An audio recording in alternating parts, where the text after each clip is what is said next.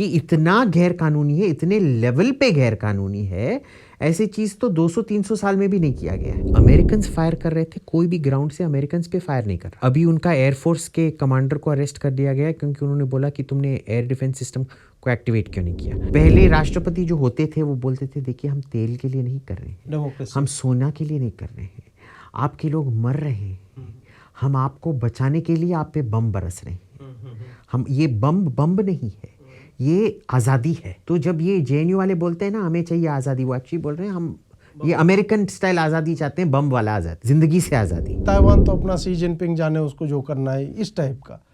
तो क्या ये ग्राउंड प्रिपेयर हो रहा है कि चीन जो है अपना ताइवान पे कर ले, मैंने एक प्रेसिडेंट सेट कर दिया है, उसको जो करना है वो करे, हमारा इसमें कोई लेना देना नहीं है। अमेरिका ने जो पिछले 3-4 साल रूस पे इल्ज़ाम लगा रहा था वो अब खुद कर दिया है।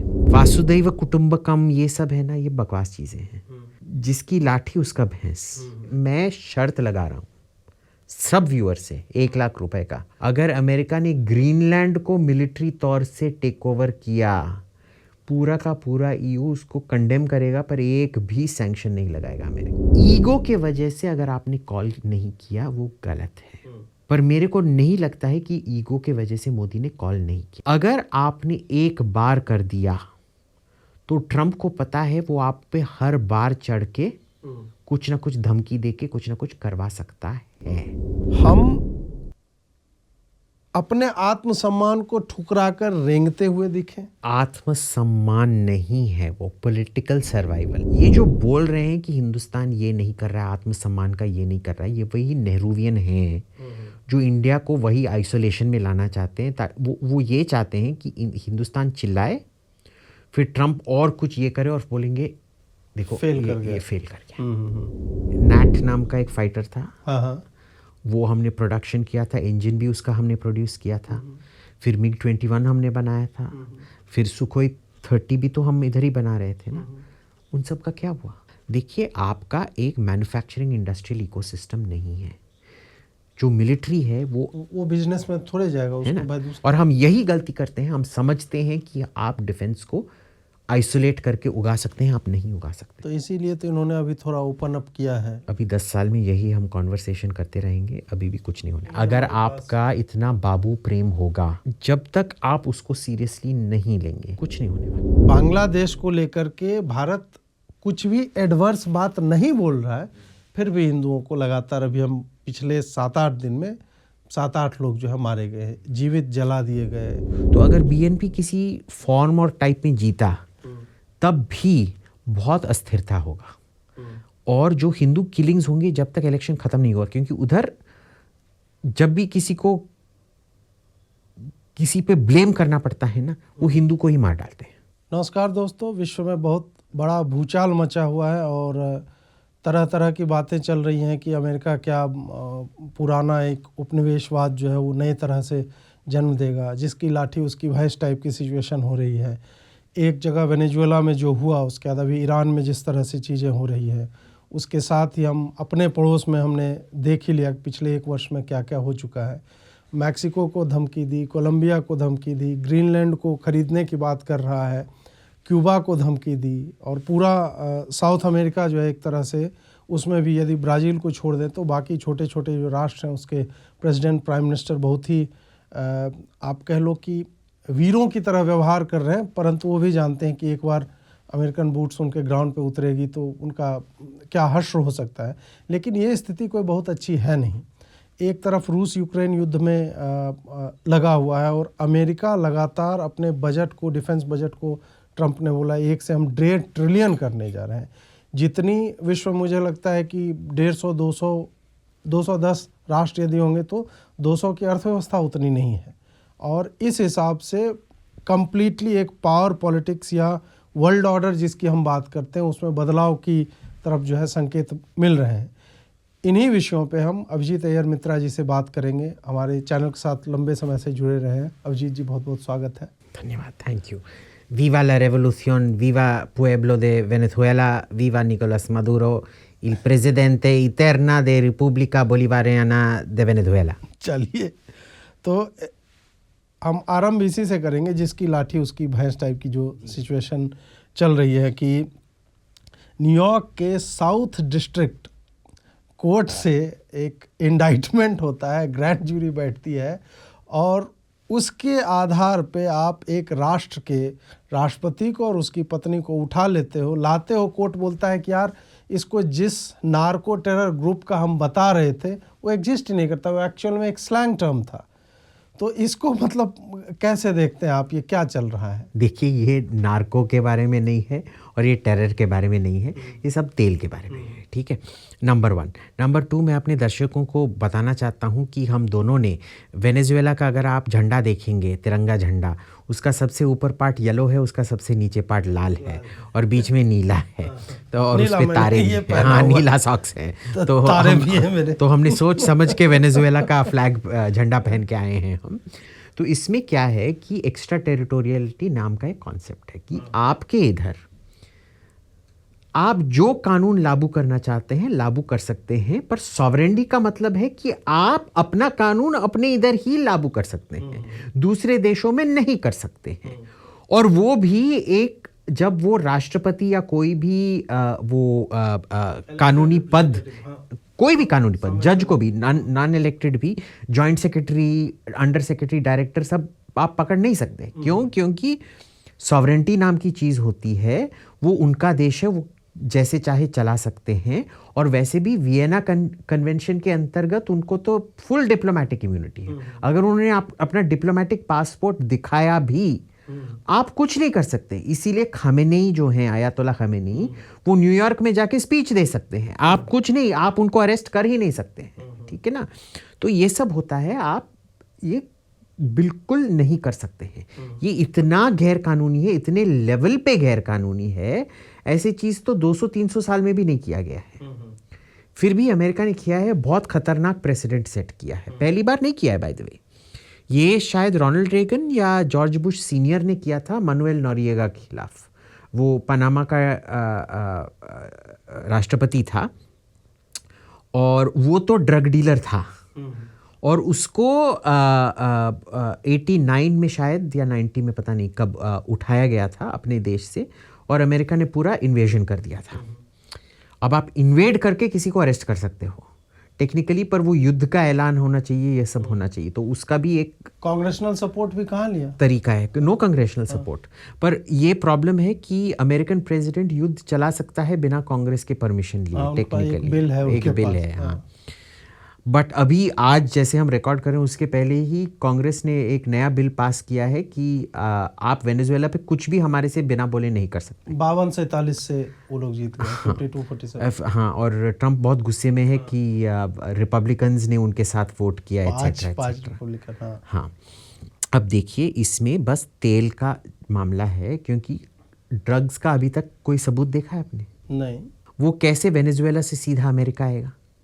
वो तो फिर कितने सारे देशों होकर ही आएगा ना। या तो फिर मेक्सिको होके, सबसे ज़्यादा तो मेक्सिको से आता है, फेंटेनिल सब कनाडा से आता है। और उन फेंटेनिल में तो वो खालिस्तानी लोग पब्लिक में खालिस्तान बोल के ना पॉलिटिकल प्रोटेक्शन लेते हैं, प्राइवेट में सब उनका धंधा फेंटेनिल का ही है, फेंटेनिल और मेथ का है। सो ये जो है बहुत एक किस्म से चमत्कार वाला चीज़ है कि आपने कैसे रूल बता के फिर इतनी बुरी तरह से रूल तोड़ा। और ठीक है, आपने वो ड्रग टेररिस्ट को ले लिया, फिर अब तेल का धमकी क्यों दे रहे हो? ठीक है कि रूस, चाइना, ईरान ये तुम्हारे इधर से तेल ले जा रहे हैं, अगर तुमने उनको बेचा हम तुम्हारा रेजीम बदल डालेंगे। भाई कैसे कर रहे हो?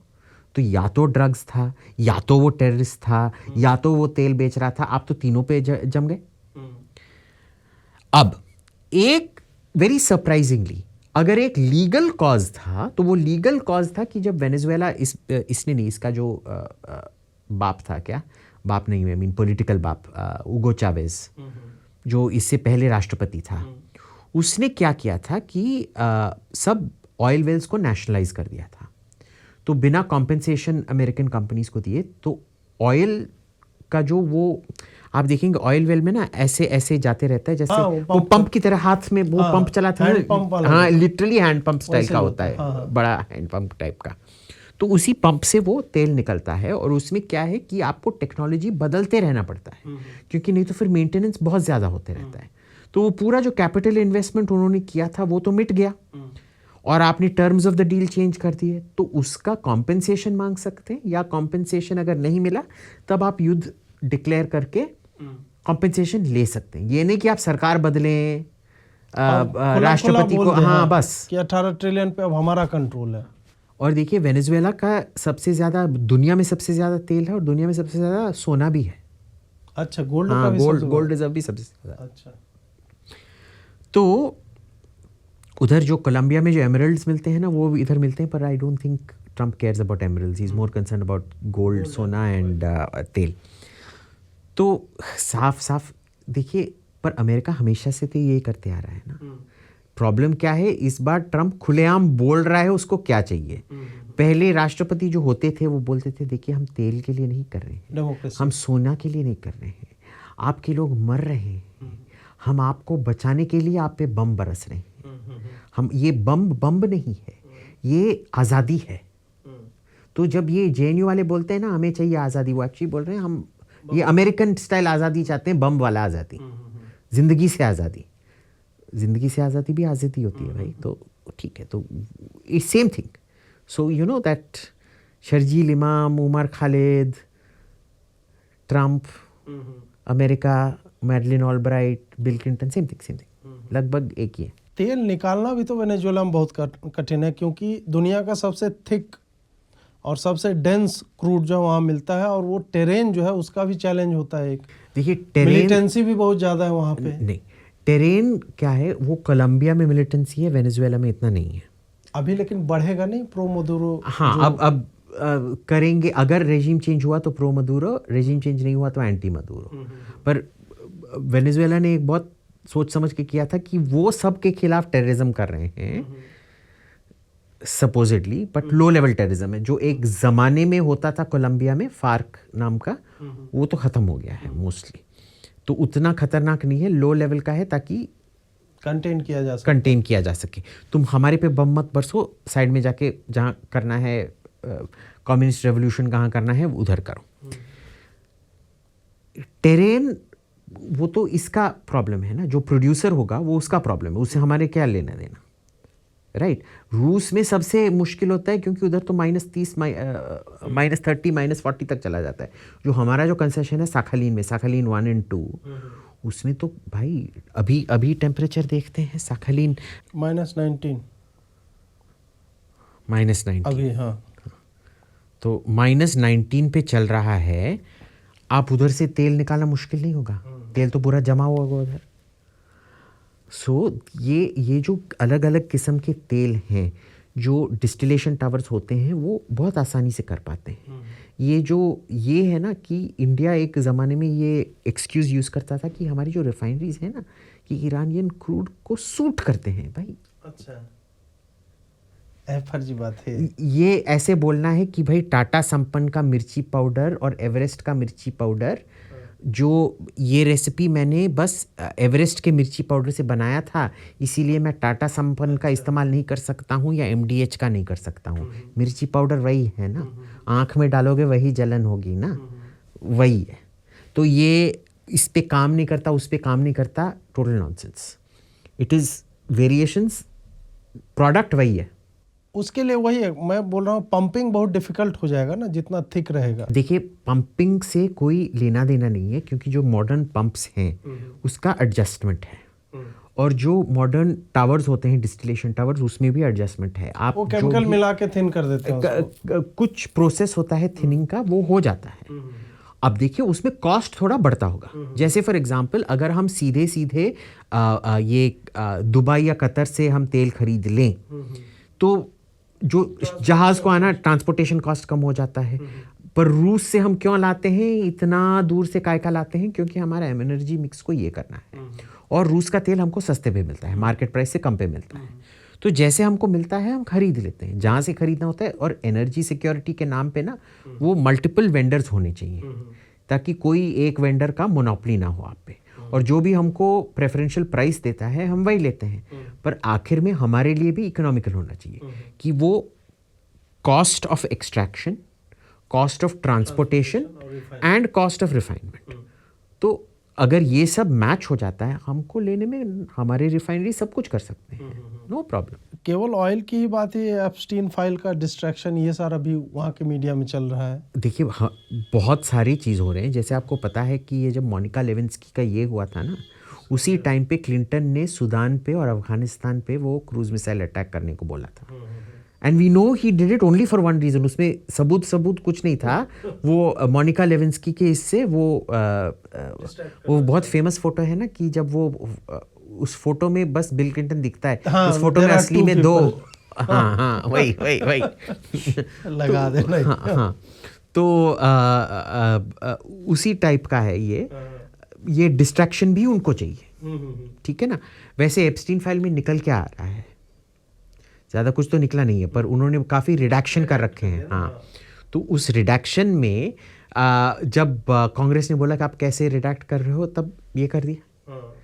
तो ये भी एक और बात है कि यहाँ पे तो चीन और रूस दोनों के बिजनेसेस थे, और ये भी है कि सप्ताह भर पहले रूस ने अपने लोगों को वार्निंग दे के निकाल भी लिया था। कांग्रेस को इन्होंने नहीं बताया, ट्रंप ने। रूसियों को संभवतः बता दिए, या उनको पता चल गया, बताया ही होगा, मुझे लगता है बताया होगा। और चाइना के लिए क्या, कहीं चाइना के लिए इसलिए बोल रहा हूँ कि अभी एक ट्रंप का और स्टेटमेंट आया कि ताइवान तो अपना शी जिनपिंग जाने, उसको जो करना है, इस टाइप का। तो क्या ये ग्राउंड प्रिपेयर हो रहा है कि चीन जो है अपना ताइवान पे कर ले, मैंने एक प्रेसिडेंट सेट कर दिया है, उसको जो करना है वो करे, हमारा इसमें कोई लेना देना नहीं है। तो अगर आप अमेरिका का नेशनल सिक्योरिटी पॉलिसी देखेंगे, पिछले जब रूस ने यूक्रेन पे 22 में हमला किया था, फरवरी 22 में, तब से यूरोपियन और अमेरिकन हमको बोले जा रहे हैं कि भाई ये हेजेमनी नाम का कुछ नहीं होता है, सॉवरेंटी होता है, अगर दूसरा देश कुछ करना चाहता है आप उसको कर नहीं सकते हैं। और जब बोलते थे मॉन्रो डॉक्ट्रिन उन ज़माने में था, आजकल कोई मॉन्रो डॉक्ट्रिन नहीं है। 2025 के पेपर ने साफ साफ बोला है मॉन्रो डॉक्ट्रिन है, Trump corollary to the Monroe doctrine है। They calling it Trump corollary to the Monroe doctrine. And western hemisphere में कोई भी हमारे खिलाफ जो पावर होगा वो इधर बिजनेस नहीं कर सकता है, ठीक है। इसलिए वो ग्रीनलैंड को भी लेना चाहते हैं। और बार बार ये शब्द हमने पहली बार सुना है कि वेस्टर्न हेमिस्फीयर कभी सुना नहीं था हमने। हाँ, पहले अमेरिकाज होता था, अब पूरा वेस्टर्न हेमिस्फीयर हो गया, क्योंकि ग्रीनलैंड को भी उसमें शामिल कर दिया है। तो इसमें बहुत साफ साफ चीज़ है इधर कि अमेरिका ने जो पिछले 3-4 साल रूस पे इल्ज़ाम लगा रहा था, वो अब खुद कर दिया है। और यूरोपियन जो रूस पे इतना सैंक्शन लगा रहे थे, अब बोल रहे थे देखो वो नालायक सरकार था, वो हम उसके इलेक्शन को मानते नहीं हैं, असली इलेक्शन है। तो भाई रूसी जेलेंस्की का इलेक्शन को असली इलेक्शन मानते नहीं हैं, तो उन्होंने जो किया फिर सही किया ना, तो आप कैसे सैंक्शंस लगा रहे हैं? तो यही होता है। देखिए ये जो वासुदैव कुटुंबकम ये सब है ना, ये बकवास चीज़ें हैं। जिसकी लाठी उसका भैंस, वही असलियत है।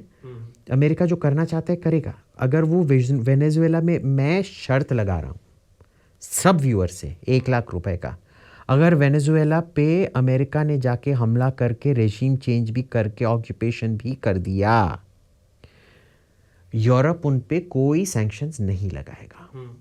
अगर अमेरिका ने ग्रीनलैंड को मिलिट्री तौर से टेक ओवर किया, पूरा का पूरा ईयू उसको कंडेम करेगा, पर एक भी सैंक्शन नहीं लगाएगा अमेरिका पे, ठीक है ना।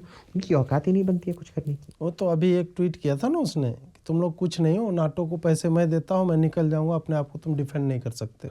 और वो बस एक ईयू वाला बहुत ज़ोर से बोल रहा है, वो गुंथर फेलिंगर, जो इंडिया में उसका अकाउंट बैन हो चुका है ना, क्योंकि वो पाकिस्तान को भी समर्थन कर रहा था, या बोल रहा था कि इंडिया पे सैंक्शंस लगाने चाहिए क्योंकि वो ये है वो है।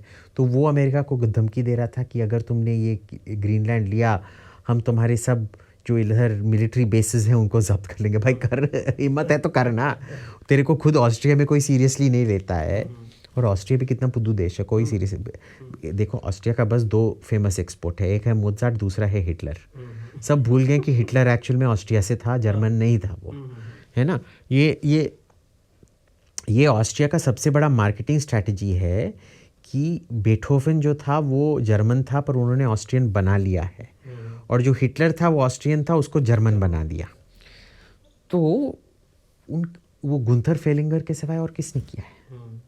वेनेजुएला अटैक में हालांकि अमेरिका ने कहा कि कोई नहीं मरा है, वहाँ का जो डिफेंस मिनिस्टर है वो बोल रहा है कि 100 के लगभग लोग मरे हैं, हमने कॉफिन्स भी देखे हैं, और स्टेटमेंट ये है कि कोल्ड ब्लड में मतलब मार दिया गया सिविलियंस को भी। एक मिलिट्री वाला मरे तो समझ में आता है, और बहुत ही पावरफुल बम वम जो है गिराने की बात है। फिर वही Colombia, Iran, Mexico, Cuba, Canada को 51st स्टेट बनाने की बातें, ये सारा ये खुल्लम खुल्ला कर रहा है। ईरान में 12 दिन से जो प्रोटेस्ट आप देख रहे हो चल रहा है, कल इंटरनेट भी बंद करे। ये वर्ल्ड ऑर्डर नाम कोई चीज़ है या नहीं है?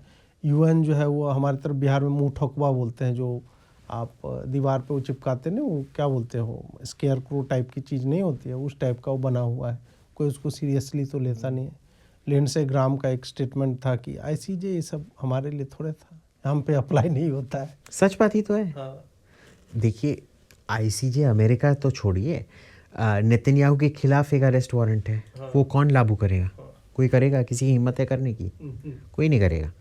तो इसमें साफ साफ है कि भाई एक किस्म से बाकियों के लिए रूल्स हैं, पर जब सबसे बड़ा आदमी रूल तोड़ना ही चाहता है वो तोड़ सकता है, और जब तोड़ता है उसका कोई उपाय नहीं है।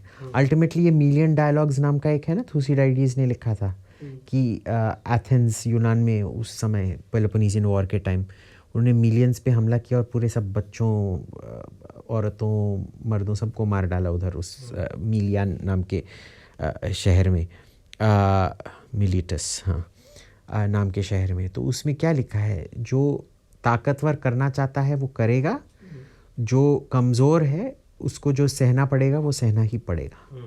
This is the rule of international relations. बोलते रहते हैं ये रूल नहीं है, पर हमेशा से यही रूल है। ये आपको वहम दिलाना चाहते हैं कि ये दुनिया बदल गया है, ये है वो है, कुछ नहीं है, कुछ नहीं है, कुछ नहीं है।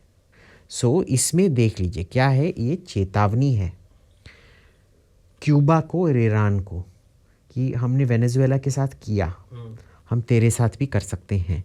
जब इजराइल का कैंपेन चल रहा था, याद है, इजरायली रोज़ बता रहे थे कि आज खमेनी कहाँ छिपा हुआ है। वो दिखा रहे थे कि हमारा इंटेलिजेंस इतना अच्छा है कि हमको पता है तुम कहाँ पे हो, हम आके तुमको लेना चाहते हैं तो ले भी सकते हैं, हम तुम्हारा कत्ल करना चाहते हैं तो कर सकते हैं, पर हम करेंगे नहीं, क्योंकि हम तुम्हारे को ये नहीं बनाना चाहते, शहीद नहीं बनाना चाहते। इसमें क्या होता है फिर कि क्यूबा बहुत डरा पड़ा हुआ है, ईरान भी काफ़ी डरा पड़ा हुआ है, क्योंकि ईरान को तो पता है, देख तो लिया ना पिछले साल में कि कितना, B2 को छोड़िए, इजराइल ने कितने आराम से उसको पीटा कि उसके जो हवाई जहाज़ एयर टू एयर मिसाइल भी लेके नहीं जा रहे थे कि भाई तेरा क्या एयरफोर्स से कुछ नहीं कर पाएगा, तू मेरा क्या भांडा फोड़ेगा। तो ईरान बहुत डरा पड़ा हुआ है, क्यूबा बहुत डरा पड़ा हुआ है, क्योंकि अगला अगर कुछ होगा क्यूबा पर ही होगा। ठीक है, इसमें बहुत ये मिला है, समर्थन मिला है रूस को और चीन को, क्योंकि अब अगर कौन जाके रूस से बोलेगा कि आप जो कर रहे हो गलत कर रहे हो, क्योंकि वही वो यूक्रेन में वही कर रहे हैं जो अमेरिका के 2025 नेशनल सिक्योरिटी स्ट्रैटेजी में लिखा गया है। चीन का ये है कि भाई अब जो भी हमको ताइवान पे करना है उसका रास्ता तो, लीगल रास्ता तो खुल गया है, मिलिट्री रास्ता बहुत मुश्किल है, क्योंकि वो 100 किलोमीटर से ज़्यादा, 140 किलोमीटर है शायद, चीन और ताइवान के बीच में जो ताइवान स्ट्रेट्स है, वो समुंदर पार करना आसान बात नहीं है। ये टीवी पे ना ये CGI लगा के आप कुछ भी दिखा सकते हो कि इतने सारे जहाज़ आएंगे करेंगे, और वो भाई फिर वो ताइवानीज लोग बैठ के क्या कर रहे होंगे? ना, उनके पास भी टेक्नोलॉजी तो बहुत तगड़ी बहुत है। और Taiwan is a very developed country, बहुत डेवलप्ड मिलिट्री है उनका, बहुत प्रोफेशनल मिलिट्री है उनका, वो ये आलतू फालतू की चीज़ें नहीं करते हैं। तो यूक्रेन मिलिट्री से तो बहुत ही गुना ज़्यादा है ताइवानीज। दुनिया का सारा सेमीकंडक्टर भी वही बनाते हैं। तो ये ताइवान को अगर आप लेने की कोशिश कर रहे हैं, शी जिनपिंग को जो लीगल रास्ता था, जो इंटरनेशनल रास्ता था वो खुल गया है, जो मिलिट्री रास्ता है वो बिल्कुल नहीं खुला है। रूस में एक और बात क्या हुआ है, रूस से ज़्यादा तो डर अभी किसको लग रहा है, बहुत सरप्राइजिंगली, मैंने सोचा नहीं था वो सीरियसली ले रहे हैं, पर ईयू को। ईयू में पिछले 5-6 दिन से सब अपने ईयू फ्रेंड से बात कर रहा हूँ, अलग अलग गवर्नमेंट, ईयू में नहीं है, ईयू में आई don't know many people, I hate them, they hate me, but different European governments. वो लाइक, अभिजीत तेरे को पता है हम डेनमार्क के बारे में बहुत डरे पड़े हुए हैं, ज़रूर वो ग्रीनलैंड को लेने वाला है। हम लाइक, भाई सच में तुमको लगता है वो मिलिट्री एक्शन करके लेगा? हाँ हाँ, उनको दे actually believe after Venezuela, even at the prime ministerial level in several European countries कि अगर ट्रम्प बोल रहा है कि वो ग्रीनलैंड लेके रहेगा तो वो लेके ही रहेगा, और उनको पता नहीं है कि उनका रिस्पॉन्स क्या रहेगा। क्या एक ग्रीनलैंड जो डेनिश सोल्जर जो ग्रीनलैंड में है, जब अमेरिका लेने आएगा, क्या उसको अनुमति है गोली चलाने के लिए? और अगर उसने गोली चलाया तो क्या नेटो के इंट्रा नेटो वॉर होगा? वो they actually believe it's going to happen, they believe next is Greenland. देखते क्या होता है। और ग्रीनलैंड पे तो याद होगा वांस जहाज लेके उतर गया था पिछले साल, उसके बाद अभी इनका एक कैबिनेट का कोई है सेक्रेटरी कुछ है, वो बोल रहा था कि यार वहाँ 30,000 लोग रहते हैं, 1-1 मिलियन दे देंगे, and nothing is better than being an American citizen, हम तो उनको खरीद लेंगे, हमें लड़ने की कोई ज़रूरत ही नहीं है। लेकिन पीएम जो है डेनमार्क की, और एक बात ये बोला कि यार डेनमार्क उतना दूर है, उसको क्यों चाहिए Greenland, it doesn't make any sense, इस तरह की बातें मतलब कर रहा है। उसकी प्राइम मिनिस्टर ने हालांकि बोला है कि हम पहले गोली मारेंगे उसके बाद बात करेंगे तुमसे। हाँ, बोला तो है, पर भाई इतने डरे पड़े हुए ना। अच्छी बात है, मेरे को तो बहुत मजा आ रहा है भाई, जब से ये ट्रम्प आया ना, हर चीज पे मैं तो पॉपकॉर्न खाए जा रहा हूँ, और मोटा हो गया हूँ पॉपकॉर्न खाए। मेरे को तो जब से ट्रम्प आया बहुत मजा आया। वो तो अभी हमारे भी कुछ करने वाला है, वो नया जो बिल हुआ है 500% का टैरिफ लगाना, मजा आएगा। और best presidency in terms of news, I think it's the best presidency. News और कॉमेडियंस की तो मज़े आ जाते हैं उनके लेट नाइट शो होस्ट के, कि भाई मटेरियल वो दे रहा है। जैसे हमारे यहाँ राहुल गांधी यात्रा पे निकलता है या कुछ बोलता है, तो क्योंकि उस पे सीरियस पॉलिटिशियंस भी इतने गुस्सा हो जाते हैं ना, वो देखने में भी बहुत मजा आता है। यूरोप के बारे में आप बोल रहे थे, स्टारमर से पूछा, डायरेक्ट पूछा कि सही है गलत, तो वो भी इधर उधर जो है वो घूम रहा है। क्या उनको मतलब, क्योंकि वेपन्स भी अधिकतर तो वो यूज कर रहे हैं अमेरिकन मेड ही, कुछ देश में थोड़ा बहुत अपना मैन्युफैक्चरिंग है स्पेसिफिक कुछ चीज़ों में, ऐसा नहीं है कि उनका पूरा जो है कि हर एक तरह के इक्विपमेंट बनाते। क्या ये कारण है उनकी अपनी सामाजिक स्थिति भी, जो इमिग्रेशन आप देख रहे हैं इलीगल हो रहा है, उसके कारण डामाडोल है। पूरे यूरोप का आर्थिक स्थिति आप देख लो, या तो नेगेटिव में जा रहे हैं या 1% ग्रोथ रेट इस तरह से चल रहे हैं। यूरोप का आपको मतलब क्या लग रहा है? उधर रूस जो है बांस किए हुए, वो रुक नहीं रहा है। अब कितना 3 साल हो गए, 4 साल? आप ही से तो बात कर रहे थे हम यूक्रेन वाले पे, जो आपने कहा था कि नहीं मुझे नहीं लगता है कि ऐसा होगा, और 6 दिन बाद हो गया ना। हाँ, और वो मियर शाइमर ने भी वही बोला था। मेरे को देखो, मैंने सीधा वही बोला जो मेरे को फ्रेंच और इजरायलियों ने बोला, इंटेलिजेंस वालों ने, जो भी लग रहा हो, but no, I will still maintain at that, क्योंकि मैंने आप ही से बोला था जब ट्रम्प जब बाइडेन आया था कि युद्ध होने ही वाला है यूक्रेन और रूस का, और उसके बाद आप ही से बोला था कि इस बार नहीं होगा पर इस बार नहीं होगा, क्योंकि उस टाइम पे क्या था कि आई फंडामेंटली बिलीव्ड कि सेबर रैटलिंग था, रूस किसी फॉर्म का अल्टीमेटम देगा, सुधर जाओ नहीं तो फिर 10 दिन का हम तुमको चेतावनी दे रहे हैं, उसके बाद हम अंदर आने वाले हैं, ठीक है ना। ऐसे सरप्राइज करके भाई ये करना, I thought it was stupid, I have been, well it is stupid ना, 4 साल से चल रहा है। एनीवे, इसमें जो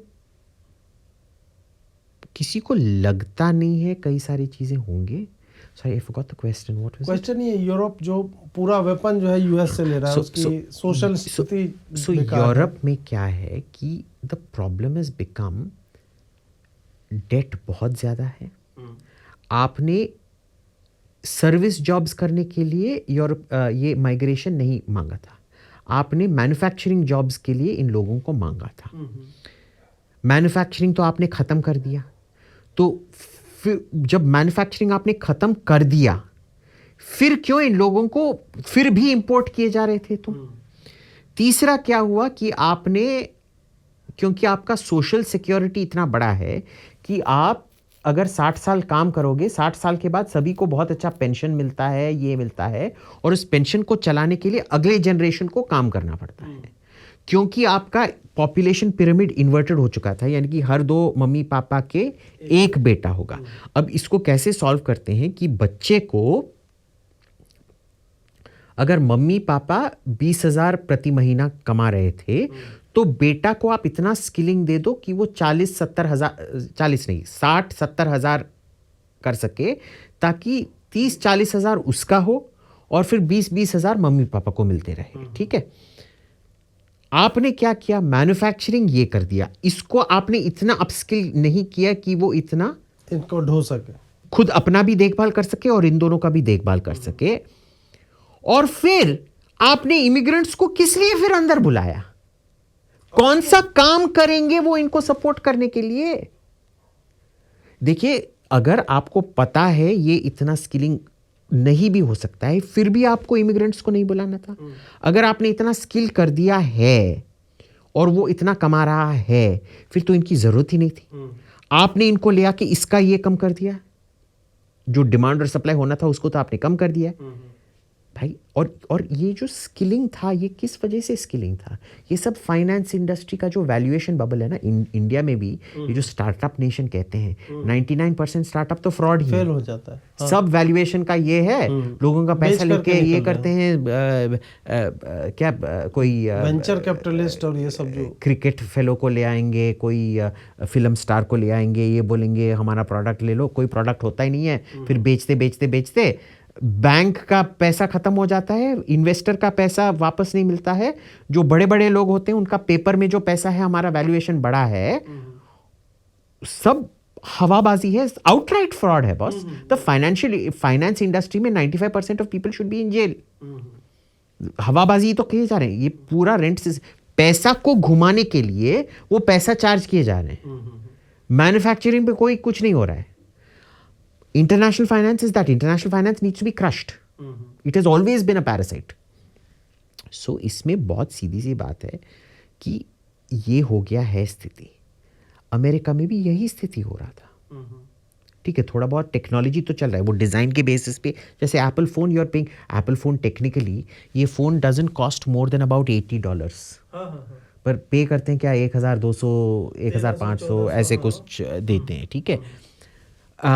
वो उस डिज़ाइन इंटीग्रेशन फंक्शन उसके लिए है. Okay fine, you are able to do that, but then why do you need to import people?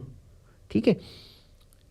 ये इमिग्रेशन, ये बस ये अपना इलेक्शन, लेफ्ट विंग पार्टीज अपना इलेक्शन चलाने के लिए चाहते थे, तो इन्होंने इकोनॉमिक्स को ही ऐसे फेर दिया कि ओ ये एक्चुअली बहुत प्रोडक्टिव है. जब हम बच्चे होते थे, जब हम यूरोप में जाते थे, हमको बोला जाता था देखिए इमिग्रेशन बहुत कॉम्प्लेक्स इशू है, उसमें क्या है कि हम चुन चुन के ही लोग ले सकते हैं, क्योंकि जो बंदा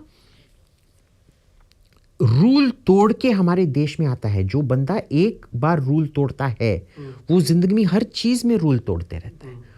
रूल तोड़िंग इज अ हैबिट. शैतानी एक एक्सेप्शन नहीं होता है, आदत होती है. तो हम ऐसे लोगों को चाहते नहीं हैं. हम रूल से जो आ रहे हैं उन्हीं को चाहते हैं, उन्हीं को देंगे. अब बोल रहे हैं कि भाई सबका हक बनता है, राइट टू इमिग्रेट. वाह, कब से हक बन गया भाई? तो फिर तुम और मैं भी जाके को अमेरिका जाना चाहिए ना हमको. हम लोग हिंदू हैं तो हमें तो अलाउड नहीं है. थोड़ा सा हम नाम बदल देते हैं. हाँ, तुम्हारा नाम मुस्तफ़ा, मेरा नाम अहमद अब्दुल. अल्हम्दुलिल्लाह हम जाके माइग्रेट करेंगे. और क्या, हमको मोदी तानाशाह ने बहुत सताया हुआ है। आपको पता है मेरे ना 7 बीबी थे और 200 बच्चे थे और मैं उनको ढूंढ नहीं पा रहा हूँ क्योंकि मोदी ने उनको गैस चैम्बर में डाल के मार दिया। मेरे को प्लीज़ हेल्प करें, मेरा रेफ्यूजी स्टेटस कबूल करें, मैं इमिग्रेशन करना चाहता हूँ। So this is the kind of non, ये लोग जो भी चाहते हैं उस टाइम पे उसका पूरा अफवाह फैला देते हैं। This is the future, this is where the world is going. All rubbish, all rubbish. तो आपने पूछा कि यूरोप का क्या होगा, यही होगा जब लोग अपने ही, जब एक देखिए जो स्टार्टअप फ्रॉड होते हैं, जब वो जानते हैं कि वो फ्रॉड हैं, बहुत अच्छी बात है। जो वो जब अपने ही बुलशिट को मानना शुरू कर लेते हैं ना, तब वो भी बर्बाद हो जाते हैं। वो थेरानोस वाली थी ना जिसका जेल हुआ, वो स्टार्टअप वाली थी। उसने बोला एक मशीन में सब कुछ, आपका कैंसर डिटेक्ट हो जाएगा, आपका ये ब्लड सैंपल भी घर में जैसे फैक्स मशीन रखते हैं वैसे ही फैक्स मशीन की तरह होगा, और सब टेस्टिंग आपका cancer, bowel, X ray, I am exaggerating of course, but उस टाइप का कुछ बोला था उसने। अब जेल में है क्योंकि she promised a product, only because she promised a product. जो वो थेरोनस वाली करती है वही ये सब फाइनेंस वाले करते हैं, पर क्योंकि उनका कोई टैंजिबल प्रोडक्ट नहीं होता है, वो थ्योरी खाली देते हैं। हाँ बस ऐसे होगा। रूस को लगातार ट्रम्प जो है वो टारगेट करता रहा, मतलब रेटोरिकली ही ज़्यादा से ज़्यादा। और अभी पुतिन ने एक वीडियो निकाला है जिसमें वो बोल रहा है कि दुनिया के हर प्रॉब्लम की जड़ में रूस नहीं है, ये आपको विश्वास दिलाया जा रहा है, लेकिन एक्चुअल में तुम्हारे नेता फेल कर रहे हैं और उनको एक स्केप गोट का, मतलब एक बहाना टाइप का चाहिए। और लगता भी यही है कि हर बात रशियन वॉर मशीन, ये एक टर्म क्रिएट कर दिया गया कि उसको जो है इंडिया भी फ्यूल कर रहा है, चीन भी फ्यूल कर रहा है, जो भी उससे व्यापार कर रहा है। अब इसमें क्या यूक्रेन के मिनरल्स और अमेरिकन बिजनेसेज ही ट्रम्प के लिए प्राथमिकता है, या इसके बियॉन्ड भी कुछ ऐसा है जो सरफेस पे हमें नहीं दिख रहा है? देखिए ट्रम्प का मैं मानता हूँ, ट्रम्प का बहुत कुछ जाना बहुत मुश्किल है, क्योंकि मैं भी मानता था वो कई सारी चीज़ें नहीं करेगा, उसने कर भी दिया। प्रॉब्लम क्या है कि उसको एक साइड से दिखाना है, यूरोप को हर चीज़ में थोड़ा सा आश्वासन होना चाहिए, थोड़ा सा डर होना चाहिए। डेटरेंस, ये स्ट्रेटेजिक डायलेमा कहते हैं ना। स्ट्रेटेजिक डायलेमा क्या होता है? Insufficiency of deterrence, insufficiency of reassurance. Insufficient, आप मेरे को मारने आए हो, आप मेरे को इसलिए मार नहीं रहे हो क्योंकि मैंने आपको थोड़ा बहुत आश्वासन दे रखा है कि मैं आपका समर्थक हूँ, आपका वेल विशर हूँ। मैंने आपको काफ़ी धमकाया भी है कि अगर मैं समर्थक ना होता मैं तुम्हारा गला काट भी सकता हूँ। तो थोड़ा डर भी है, थोड़ा मैंने तुमको मीठे मीठे चीज़ें भी बोला है। इनमें से कुछ भी कम हुआ तो डेटरेंस फेलियर हो जाता है। तो ये एक बंदा क्या कर रहा है कि यूरोप को दिखा भी रहा है, देखो रूस, मैं कोई ये नहीं हूँ कि रूस को कोई दोस्त मानता हूँ। दूसरे साइड पे वो रूस को ये भी बोल रहा है, भाई देख तू इतना खराब भी नहीं है जितना ये बोल रहे हैं, ये तेरे खिलाफ प्रोपेगेंडा चला रहे हैं, पर मेरे को भी इनको थोड़ा खुश रखना है, तो मेरे को जो बोलना है मैं बोल रहा हूँ। तेल और गैस देते रहो, मुझे, मेरे को देते रहो। इंडिया को दोगे तो दिक्कत है। नहीं, इंडिया ने अगर मेरे साथ बहुत अच्छा ट्रेड डील किया तो उनको भी देते रहो, नो प्रॉब्लम। तो परसों ट्रम्प ने क्या बोला कि मोदी ने मेरे को कॉल करके, mister Trump can you do this. इस बार तो ये हावर्ड लटने को बोल दिया, नहीं ट्रेड डील इसीलिए नहीं हुआ क्योंकि मोदी ने कॉल ही नहीं किया। तो कौन सच बोल रहा है? ये देखिए, ये मेरा क्या है, मैं अभी भी ट्रम्प का बहुत बड़ा समर्थक हूँ, और इसलिए कि वो बंदा खुले आम बोल रहा है जो पिछले 30-40 अमेरिकन प्रेसिडेंट ने कभी भी खुले आम नहीं बात किया। वो तुम्हारे को मारना ही चाहते हैं कि अजीत भारती का ये येलो जैकेट इतना अच्छा लगा मेरे को चोरी करना है। अब वो बोलेंगे कि भाई तू ना मैंने देखा है तू रास्ते में कुत्तों को मार रहा था, तो मैं डॉगी डेमोक्रेसी के लिए तेरा कत्ल करके तेरा जैकेट ले लूँगा क्योंकि मैंने देखा तू उसी जैकेट से तूने किसी कुत्ते का गला घोट दिया। ठीक है, नाउ देयर लाइक भाई मैं तेरे को ये वाला जैकेट चाहिए, दे दे, नहीं तो फिर मैं तेरे को मार डालूंगा। यही अंतर है। हाँ बस। हैव यू सीन लाइक सब बोलते हैं ट्रम्प इज नॉट प्रेसिडेंशियल, और वो प्ले करते हैं ना कि ही डैड लाइक अ डॉग, ऐसे करके ही डैड लाइक अ डॉग, और फिर ओबामा को जक्सटापोज करके दिखाते हैं कितना भाई वो क्या ओबामा का स्पीच कभी सुना है? वो क्या बोलता था? सूरज पूरब से उगता है, पश्चिम में सेट होता है, घास हरा होता है, पोप साहब कैथोलिक हैं, आसमान नीला है। सब बैठ के सो प्रेसिडेंशियल, इतना उनमें वो जो बोल पा रहे हैं ना। हाँ उन्होंने नीला बोला आसमान को, पर क्या आप उस तरह से बोल सकते हैं? इतने चार्म और ग्रेस से, इतने अच्छे सूट में बोल सकते हैं कि आसमान नीला है? और टेक्निकली ट्रम्प से ज़्यादा वॉर्स तो उसके समय में बहुत सारे लोग उसने मारे हैं। और वो मुझे लगता है कि ऑफिस होल्ड किया उससे पहले, मतलब 13-14 दिन या ऐसे ही कुछ ही समय में उसको नोबेल पीस प्राइज भी दे दिया बिना और कुछ किए, बिना कुछ किए, बस एक स्पीच, प्राग स्पीच कहा जाता है उसका। फिर वो एक अमेरिकन सेक्रेटरी ऑफ स्टेट थी, डेप्यूटी सेक्रेटरी, कुछ अंडर सेक्रेटरी ऐसे कुछ, रोज गोटेमुलर नाम का। She is a lovely person but full Obama fangirl, माने वो डिरेंज्ड टाइप, अच्छा स्टॉकर लेवल। उसने ये शुरू किया स्टेट डिपार्टमेंट पे, जेनरेशन प्राग।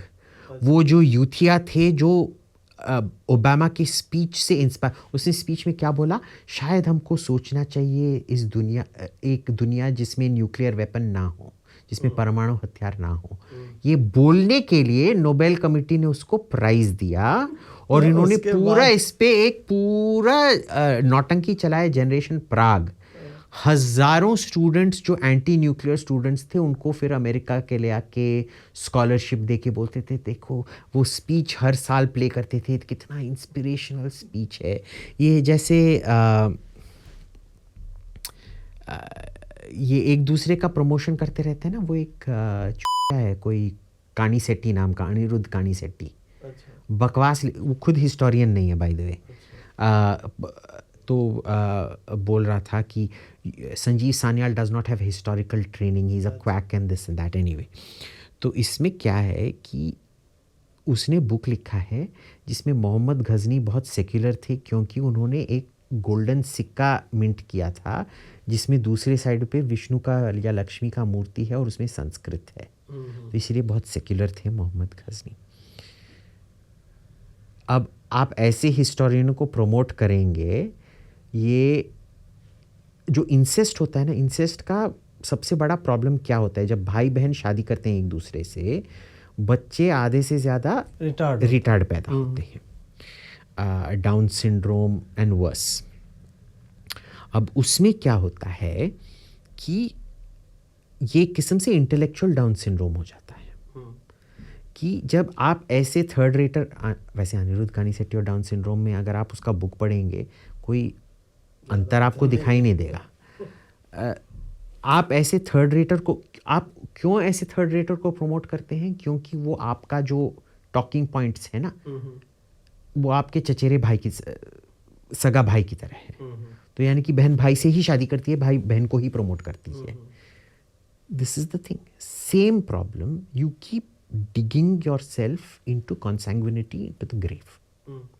फिर स्टेरिलाइजेशन हो जाता है आपका, वो जेनेटिक लॉक हो जाता है ना। जब भाई बहन शादी करते हैं उसके बाद जो बच्चा पैदा होता है वो इनफर्टाइल होता है, मोर ऑफन देन नॉट, वो बच्चा नहीं पैदा कर पाता, जेनेटिक लॉक हो जाता है। It is the intellectual version of भाई बहन की शादी, and it's a, we should let the left do more of this. इसीलिए वो क्या, एक ज़माने में क्या 500 सीट होता था उनका टोटल, कांग्रेस, उन दिनों कांग्रेस लेफ्ट नहीं था बट व्हाटएवर। अब कांग्रेस की कितनी सीट है? अब हम लोग थोड़ा सा भारत अमेरिका संबंधों पे चलते हैं। हावर्ड लुटनिक वाले स्टेटमेंट से, जहाँ पे वो बोल रहा है कि मोदी एक कॉल कर लेता, टाइम्स ऑफ इंडिया में वो एक चिदानंद राजागट्टा है, उसने लेख लिखा है, उसको आज प्रोमिनेंटली वो चला रहे थे कि क्या मोदी का ये छोटा सा ईगो कि कॉल ना करना did it cost India the trade deal. तो क्या ये एक्चुअल में ईगो का ही बैटल है, ट्रंप का और मोदी का, या कुछ और है? Chidanand Ghatta is right and he is wrong, and I'll tell you why. And both sides are right and wrong. जो बोल रहे हैं कि मोदी बस यार फोन उठा के बात करो, नहीं वाले गलत भी हैं, और मैं क्यों बताता हूँ। ईगो के वजह से अगर आपने कॉल नहीं किया वो गलत है, पर मेरे को नहीं लगता है कि ईगो के वजह से मोदी ने कॉल नहीं किया। जो मोदी को जब वो गुजरात के चीफ मिनिस्टर थे, वही देशों ने जिनने अश्लील से गालियां बकी थी मोदी के बारे में, उनसे जाके हाथ मिला लिया था। अपना खुद का जो ईगो है वो पी गया। पी गया। अगर आपने एक बार कर दिया तो ट्रंप को पता है वो आप पे हर बार चढ़ के कुछ ना कुछ धमकी दे के कुछ ना कुछ करवा सकता है। अब क्या कॉल करना सही था? आई don't no, it is a decision. वो कॉल करने में सर्टन पॉजिटिव्स हैं, सर्टन नेगेटिव्स हैं। कॉल ना करने में सर्टन पॉजिटिव्स हैं, सर्टन नेगेटिव्स हैं। ये कोई ब्लैक एंड वाइट इशू नहीं है, ठीक है। अब मोदी ने जो डिसीजन लिया है कुछ सोच समझ कर ही लिया होगा। पागल होके कि भाई जानता है मेरा बाप कौन है, वो करके तो लेता नहीं है वो डिसीजंस। और अगर लेता तो पॉलिटिकली क्या कॉन्सिक्वेंस होता। तो यही कांग्रेस जो बोल रहा है कि करना चाहिए, वो बोलता है अरे बिक गया, सरेंडर मोदी। अगर सरेंडर नहीं करता वो बोलते हैं कि इकोनॉमी बर्बाद कर दिया तुमने, there is no way out, do in your damn, don't do in your damned. अब करें भी तो क्या करें आप बताओ। और एक बार आपने देखिए ट्रंप प्रॉब्लम क्या है ना, वो मैन ईटिंग टाइगर को क्या कहते हैं? नरभक्षी। हाँ, नरभक्ष व्याघ्र। जब व्याघ्र को एक बार खून का ह्यूमन खून में नमक होता है, जब ह्यूमन खून का टेस्ट मिल जाता है ना, वो और कुछ खा नहीं पाता है। वो कोकेन की तरह, गांजे की तरह एडिक्शन हो जाता है, ऑलमोस्ट उसकी तरह है। अगर आपने एक बार कॉल करके बोल दिया ना, फिर वो बार बार कुछ ना कुछ करते रहेगा। यूरोप देखो, यूरोप ने सब कुछ कर दिया, फिर भी वो उसने क्या यूरोप को सताना बंद किया? नहीं, अभी भी वो यूरोप ने जो भी चाहा ट्रेड डील में, यूरोप ने उसको दे दिया। फिर भी वो डेनमार्क को क्या क्या धमकी नहीं दे रहा है। अब क्या? तो जो हमारे को बोल रहे हैं आपको करना था, क्या उससे डेनमार्क का जो अमेरिका के साथ, ईयू का अमेरिका के साथ प्रॉब्लम गया, क्या वो सॉल्व हो गया? नहीं। So you know these are very. Macro को देखिए ना क्या बोला उसने। मोदी को तो खाली ये बोला कि सर प्लीज मैं आएगा। मैक्रो को क्या नहीं बोला उसने, ऑलमोस्ट गाली बकाया। हाँ, माँ बहन खाली नहीं किया, हाँ, बाकी सब बोल ही दिया कि ये no no no no no deal sir, we have a deal sir. साला। तो अब जो बात आप कह रहे थे कि ये थोड़ा सा विचित्र तरह का वो डिलेमा टाइप का हो जाता है कि हम अपने आत्मसम्मान को ठुकराकर रेंगते हुए दिखें, क्योंकि इसमें जैसे मैं बोल रहा था ना, चिली का राष्ट्रपति का भाषण हम सुन लें या फिर कोलंबिया वाला का सुन लें, ये सब छोटे राष्ट्र, इनको पता है कि अमेरिका एक बम मारेगा पूरा तबाह कर देगा। 3 मिनट में उठा लिया उसने मदुरो को। फिर भी वो आत्मसम्मान के लिए खाली इतना, मतलब अपने आप को लार्जर देन लाइफ टाइप का वो प्रोजेक्ट कर रहे हैं, क्योंकि आत्मसम्मान की बात होती है। आत्मसम्मान नहीं है, वो पॉलिटिकल सर्वाइवल है। देखिए उनका जो मीडिया है, मैं ऑस्ट्रेलिया में 12 साल रहा था। अगर आप ऑस्ट्रेलियन मीडिया को देखोगे ना, आप समझोगे कि ऑस्ट्रेलिया अमेरिका का 51st प्रांत है। अच्छा, हाँ। वो सब मानते हैं कि उस दिन मैं न्यूयॉर्क में थी और मैं न्यूयॉर्क में एक रही थी, जैसे औरंगजेब रोड और वो पृथ्वीराज रोड और मलाबार हिल्स में होता है ना, उस टाइप के। वो लोग फिल्म फेयर अवार्ड नहीं जाते हैं, वो ऑस्कर्स जाते हैं, उस टाइप के लोग। उनका जो मीडिया है, हमारे इधर प्रांतों में इतना रीजनल मीडिया है, कोई अमेरिका के बारे में बात नहीं उतना ज़्यादा। अगर आप बोलोगे मेल गिब्सन आया, टॉम क्रूज आया है, दिल्ली में कई सारे लोग आके "है" करके ये करेंगे। भाई वो जाके मिथिला जाएगा, या तमिलनाडु चला गया, लखनऊ चला गया, या गुमिड़ी पूंडी चला गया, या कोयम्बतूर चला गया, हैं कौन? हाँ। यही तो पूछेंगे ना। तो हमारा मीडिया बहुत लोकल है, उनका मीडिया सो ग्लोबलाइज्ड है। वो अपना वैलिडेशन अमेरिका से देखते हैं कि अमेरिका का जो इन्फ्लुएंस है ना उनके पब्लिक डिस्कोर्स पे बहुत ज़्यादा है। वो हमेशा अमेरिका हमारे बारे में क्या सोच रहा है उसका बहुत, आपने देखा है अंग्रेज़ी मीडिया को ये बहुत चुलबुल होता है हिंदुस्तान में भी कि ये अमेरिका हमारे बारे में क्या सोच रहा है। हाँ। पर हिंदी मीडिया को उतना ये नहीं होता है। हाँ। क्यों है वो? तमिल मीडिया को नहीं होता है, बंगाली मीडिया को नहीं होता है, भोजपुरी मीडिया को भी शायद नहीं, आई don't no, I don't watch Bhojpuri. Telugu media को डेफिनेटली नहीं होता है। सो इधर वो आत्मसम्मान के नाम से जो पॉलिटिकल सर्वाइवल होता है ना वो नहीं होता है, उधर बहुत कुछ होता है। Chile wants to see itself as you know being very America's best friend. America ने हमारे बारे में बहुत अच्छा किया। वो बिल्कुल कुत्ते का जान ही उसका ह्यूमन होता है। क्या पापा ने मेरे को गुड बॉय बोला, नहीं तो फिर मैं क्या कर सकता हूँ पापा को गुड बॉय बोलने के लिए? भैया पापा मेरे को अटेंशन नहीं कर रहा है, मैं क्या कौन सा उनका बैग फाड़ सकता हूँ या कांच तोड़ सकता हूँ ताकि वो थोड़ा तो अटेंशन दें, उस टाइप का है। सो इट इज़, ये आत्मसम्मान नहीं है। ये आत्मसम्मान भी ये होता है ना, इट इज़ चर्लिशनेस। भाई तेरा कौन सुनेगा? इट इज़ लाइक बेसिकली ये है कि अभी जो घोर अन्याय हुआ है जिसके आप भी मेरे को प्रोटेस्ट इसके बारे बाद में हम जाके प्रोटेस्ट करने वाले हैं ना, जो nasty naughty home minister Amit Shah has done, हत्या करने की कोशिश की उन्होंने आदरणीय ममता बनर्जी दीदी को, भागिनी क्या अग्निकन्या को। तो अगर मैंने एक टिप्पणी जारी कर दी कि मैं इसका घोर खंडन करता हूँ, क्या मोदी चौंक जाएगा? क्या अमित शाह ईडी को वापस बुला लेगा? तो क्या हुआ बोल के कुछ हुआ? नहीं। Who took you seriously? Nobody. So who takes the Chilean president seriously? Nobody. बोलने दो।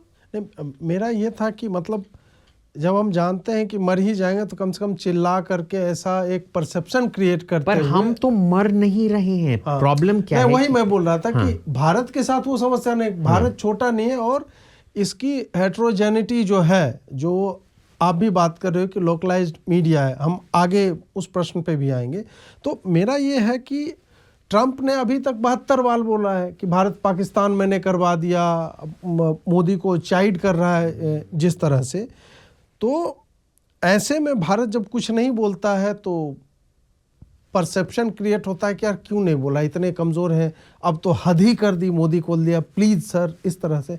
ऐसे में करे तो क्या करे इंडिया? कुछ ज़्यादा कर भी नहीं सकते हैं। देखिए हमेशा से एक नेगोशिएशन रहेगा। हम चुपचाप अपना डिग्निटी मेंटेन करेंगे, तमाशा नहीं करेंगे, नौटंकी नहीं करेंगे। वैसे जो ये बोल रहे हैं ना, इन्होंने आत्मसम्मान दिखा दिया। ये कृष्णा मेनन यही करते थे 50-60s में। सब आजकल अगर कृष्णा मेनन बोलो सब उस पर थूकेंगे। उस टाइम बहुत होता था। देखो इसने हिंदुस्तान का छाती 150 इंच कर दिया है, ये अमेरिका को फ्रॉड बता के, क्या आइजनहावर को तुचिया बता के यूएन में हमारा गर्व सम्मान बहुत, उसका तुमको फ़ायदा क्या मिला? तो चिल्ला के तुमको फ़ायदा, हमको मारने वाला तो कोई है नहीं, ठीक है? चिल्ला चिल्ला के क्या बेहतर डील मिल जाएगा? नहीं मिलेगा। So what is the point? ये जो बोल रहे हैं कि हिंदुस्तान ये नहीं कर रहा है, आत्मसम्मान का ये नहीं कर रहा है, ये वही नेहरूवियन हैं जो इंडिया को वही आइसोलेशन में लाना चाहते हैं। वो ये चाहते हैं कि हिंदुस्तान चिल्लाए, फिर ट्रंप और कुछ ये करे और बोलेंगे देखो फेल कर गया।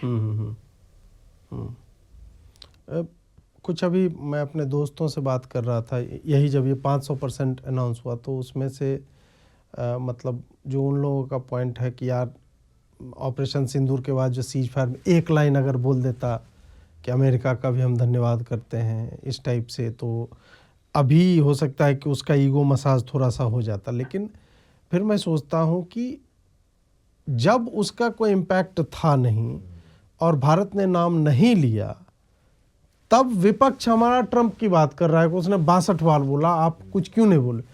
अगर एक लाइन में बोल देता तब तो बोलता है कि तुम खुद स्वीकारे हो कि भाई अमेरिका तुम्हारा बाप है। हाँ, और फिर भी हमको ट्रेड डील नहीं मिलता।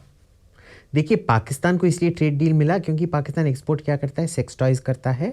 और हाँ, आपको पता है पाकिस्तान का सबसे बड़ा इंडस्ट्री है सेक्स टॉयज। अच्छा, नहीं पता, मुझे लगा गधी। हाँ, और अपनी लड़कियां चीन को देता है उसके वो इनफॉर्मल सेक्टर है। अच्छा, गधा और लड़की एक्सपोर्ट करना उनका इनफॉर्मल सेक्टर है। फॉर्मल सेक्टर में फुटबॉल, हाँ फुटबॉल बनाता है। हाँ, और क्योंकि फुटबॉल में उन्होंने वो लेदर और लैटेक्स का ये किया, तो dildos, but plugs. Now when you are a single product, you are a double product economy, football plus leather sex toy, latex sex toys, आप बहुत आसानी से डील कर सकते हैं। इंडिया बहुत सादा चीज़ें एक्सपोर्ट करता है, इंपोर्ट करता है। कॉम्प्लेक्स है बहुत ज़्यादा। It is a very you can't just negotiate like that. GATT और WTO, गैट और WTO कितने साल लगे नेगोशिएट करने में, है ना। और जो 50% टैरिफ भी लगा है, अब ये तेल का टैरिफ तो एक्स्ट्रा है ना, तो अगर हमने डील नेगोशिएट भी किया होता, फिर भी ये 500% लगता तेल का रशियन ऑयल इंपोर्ट करने के लिए। फिर क्या बोलते हैं, रशिया से ऑयल एक्सपोर्ट करना बंद करो। फिर क्या होता तुम्हारा स्ट्रेटेजिक ऑटोनॉमी, फिर क्या होता तुम्हारा नॉन अलाइनमेंट। अगर अमेरिका ही तुम्हारा पॉलिसी चला रहा है, फॉरेन पॉलिसी भी नहीं चला रहा है, एनर्जी पॉलिसी भी चला रहा है, तो काय का अलाइनमेंट भाई। सो यू नो, देखो, विपक्ष का एक किस्म से जॉब है ये करना। So I don't blame the opposition for it. वो वही कर रहा है जो उसको उठाना है। Generally the opposition in India is quite good, minus Rahul Gandhi. जब राहुल गांधी आता है, मैं अभी भी मानता हूँ कि तेजस्वी को आपने वो इलेक्शन छोड़ा होता, बिहार का इलेक्शन, हाँ, तो वो ज्यादा सीट, हाँ, राहुल ने उसको कम कराया। बिल्कुल बिल्कुल, एज इन महापनौटी है वो। तो it's like that. Minus Rahul, I think the opposition काफ़ी अच्छे टॉपिक्स पिकअप कर सकता है। ऑपोजिशन वही कर रहा है इस मुद्दे पे जो करना चाहिए। अगर आप ये करोगे वो बोलो, वो करोगे तो ये बोलो। ऑपोजिशन का गेम वही होता है बस। बीजेपी ने भी यही किया था ना जब वो विपक्ष में थे, तो ठीक है, उस पर मेरा कोई प्रॉब्लम नहीं है। बट जब कमेंटेटर बोलते हैं ना कि शायद ये करना चाहिए, न्यूट्रल कमेंटेटर, भाई प्रो एंड कॉन तो एक कॉस्ट बेनिफिट एनालिसिस तो पहले कर लेता। नहीं, बहुत जैसे WTO के बारे में आप बोल रहे थे, अभी मैं एक लावा के MD के साथ मैंने पॉडकास्ट किया, वो बता रहे थे, और उनके जो प्लांट के मैनेजर थे वो बता रहे थे कि हमने इफेक्टिवली, ये जो जनता दल वाली गुजराल के टाइम में गवर्नमेंट थी, उन्होंने ऐसा डील कर लिया कि फिनिश्ड प्रोडक्ट पे ज़ीरो ड्यूटी थी, कि आप चीन से पूरा का पूरा बना हुआ सामान ले लो, ज़ीरो ड्यूटी, और वो आपको खुद बनाना हो, जैसे PCB हो गया, पिक्चर ट्यूब हो गया, या बटन से, ये सब उसमें बहुत ज़्यादा टैक्स था। और ऐसा डील भारत ने किया, और 2015 में एक्सटेंड होने वाला था, तो मोदी ने उस पर जो है लात रखा कि नहीं, हमको ये नहीं करना है। तो लोग संभवतः इस बात को नहीं समझ पा रहे हैं कि ऊपर ऊपर हमें लग रहा है कि चलो ये GM फूड है, या हमें मांसाहारी दूध जो है वो बेचना चाह रहा है, बटर बेचना, but it has to beyond that, उसमें और भी कुछ। और देखिए, इसमें फार्मर की बात नहीं है, ये फूड सिक्योरिटी की बात है। अगर आपने एक GMO क्रॉप देश में लाना शुरू कर दिया, प्रॉब्लम है वो GMO क्रॉप साइड में जो क्रॉप्स रखे हैं ना, उनको म्यूटेट कर देता है, तो वो टर्मिनेटर जीन उधर भी जाता है। ठीक है, आपके दूसरे क्रॉप्स पे क्या असर पड़ेगा आपको पता ही नहीं। तो GMO पे जो बैन लगा है वो बहुत सोच समझ के लगाया गया है। पूरा बवाल BT कॉटन वाला इशू याद होगा। और हम लोग जो घर में, जैसे मेरे पापा किसान हैं, तो हम मकई उपजाते हैं, तो हम उसकी बायल हम लोग बोलते हैं, भुट्टा जिसको, वो हम टांग के रखते हैं कि अगले सीजन में हम इसका बीज बनाएंगे। GM में वो सारा GM में वो नहीं हो सकता है। GM का अगर आप बीज डालेंगे उससे कुछ नहीं निकलेगा। होता है, नपुंसक होता है, नपुंसक होता है भाई। हाँ, तो आपने देख लिया, इंसेस्ट, भाई बहन की शादी, और वो लेफ्टिस्ट जैसे करते हैं, उसका क्या होता है, और जब बीज का होता है तो कांग्रेस को वही हो रहा है जो जेनेटिकली मॉडिफाइड क्रॉप का हुआ है। अब एक और बात होती है कि बहुत लार्ज वॉल्यूम ऑफ ट्रेड जो है वेपन्स का होता है, मतलब वो बिलियंस ऑफ डॉलर्स में जाता है। तो क्या अमेरिका वेपन्स हम दूसरे जैसे रफाल ले लिया, या फिर हम Su-57 के बारे में बात चल रहा है, मतलब वो बहुत लुक्रेटिव डील हमें ऑफर कर रहा है। अब मैं एक तो उस पर भी थोड़ा सा बताइएगा, मुझे ये भी समझना है कि F-22 राप्टर हो गया या 35 जो इन्होंने बनाया, और Su-57 है, दोनों में फंडामेंटली अंतर क्या केवल कॉस्ट का है या और भी चीज़ है? बहुत बहुत अंतर है। देखिए, जो F-22 है वो दुनिया का सबसे पहला 5th जनरेशन फाइटर था। 1990 में उड़ा और शायद 2005 में फुल्ली ऑपरेशनल हुआ। वो इतना मेंटेनेंस का नाइटमेयर है, क्योंकि वो पहली बार था कि सब जो स्क्रू आपको बाहर दिखाई देते हैं ना, उनको ढक के किसी किस्म से, क्योंकि स्क्रू का जो वो क्रॉस की तरह वो बना होता है ना, वो बहुत रेडार रिफ्लेक्शन करता है। उतना नहीं करता है, पर अगर 100 स्क्रू पकड़ एक में के आ बाद जाएगा, हाँ। जब आप अगले बार विमान में होंगे, आप देखिए, हाँ, अगर विंग आप पे एकदम विंग पे एक-एक इंच पे बहुत होता बहुत है। सारा, हाँ, एक इंच पे कई सारे होते हैं, इकट्ठा होके बहुत सारा रेडार वापस रिफ्लेक्ट करते हैं। तो उसके लिए जो फिनिशिंग सरफेस थे वो इतने सेंसिटिव हैं कि हर घंटा जो F-22 ऊपर रहता है ना, उसका 30 घंटा मेंटेनेंस होता है ज़मीन पे। अरे बाप, आप कर पाएंगे? गाड़ी ऐसा रखेंगे कि हर घंटा जो आप चलाएंगे उसका 30 घंटा शेड पे मेंटेनेंस, हाँ, नहीं हो सकता ना। सो युद्ध की स्थिति में तो बिल्कुल डिफंक्ट हो जाएगा। इसीलिए उन्होंने 120 130 इतना ऐसे कुछ खरीदा, और फिर और नहीं। F-35 उससे बेहतर है, बट नॉट, ठीक है, 30 घंटा नहीं, बट 1 घंटा थोड़ा मेंटेनेंस आपको करना ही पड़ेगा, ठीक है। पर वो ऑपरेशनली इतना ज़्यादा ले आता है, क्योंकि F-22 में देखिए, अमेरिका ने जो किया, वेस्ट ने जो किया है, वो अब मैं कितना बम उठा सकता हूँ, कितना दूर ले सकता हूँ, उस पर कम फोकस है, और छुपा हुआ कितना रह सकता है। बिना शूट डाउन किए। एक होता है कि आप वर्ल्ड वॉर 2 में हर बम जो गिरता था उसके लिए 2 या 3 फाइटर नीचे गिरते थे। अच्छा। आजकल एक फाइटर बिना गिरे 12 जगह पे बम कर सकता है, क्योंकि उसका इंटेलिजेंस बहुत अच्छा होता है, उसको पता है कि वो बम कहाँ गिरना चाहिए, वो बम भी बहुत स्मार्ट होता है कि वहीं पे गिरेगा, और अगर आपने फाइटर जेट को ही स्टेल्थ कर दिया तो वो फाइटर जेट भी, उसका सर्वाइवल का जो पॉसिबिलिटी है बहुत ज़्यादा हो जाता है। तो वो कॉस्ट कैलकुलस वेस्ट में चेंज हो गया, क्योंकि उनके पायलट्स इतने ट्रेंड होते हैं, इतना एक्सपेंसिव होता है, प्लेन्स इतना एक्सपेंसिव होता है, उसको एक किस्म से आप नीचे ला ही नहीं पाओगे। रूस में ये नहीं है।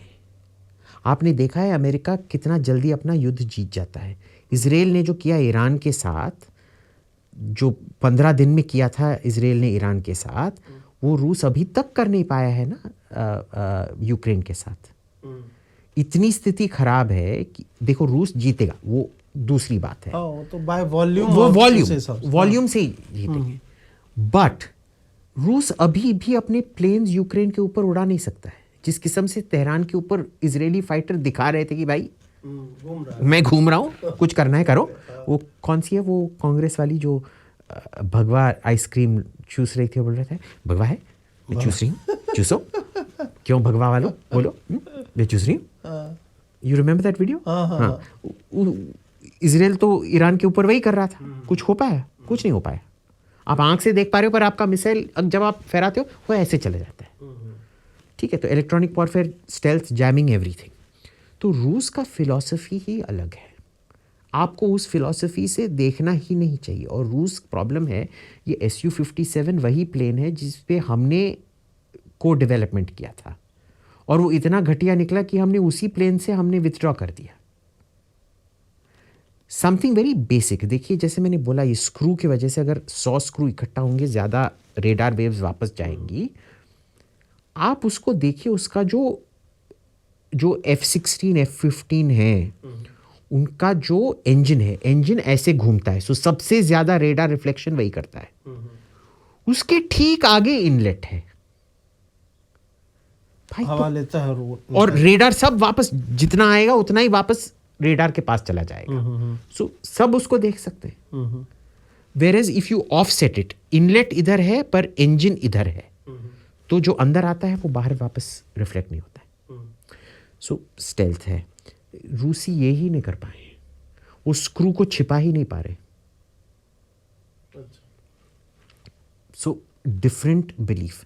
इसमें जो इलेक्ट्रॉनिक्स है ये मेरे को पूरा क्लास करना पड़ेगा। जो F-35 है ना, उसमें जो सब बोलते हैं कि F-22 बेहतर, ज़्यादा बम ले जा सकता है, ज़्यादा ये कर सकता है, ज़्यादा दूर जा सकता है। True, all true.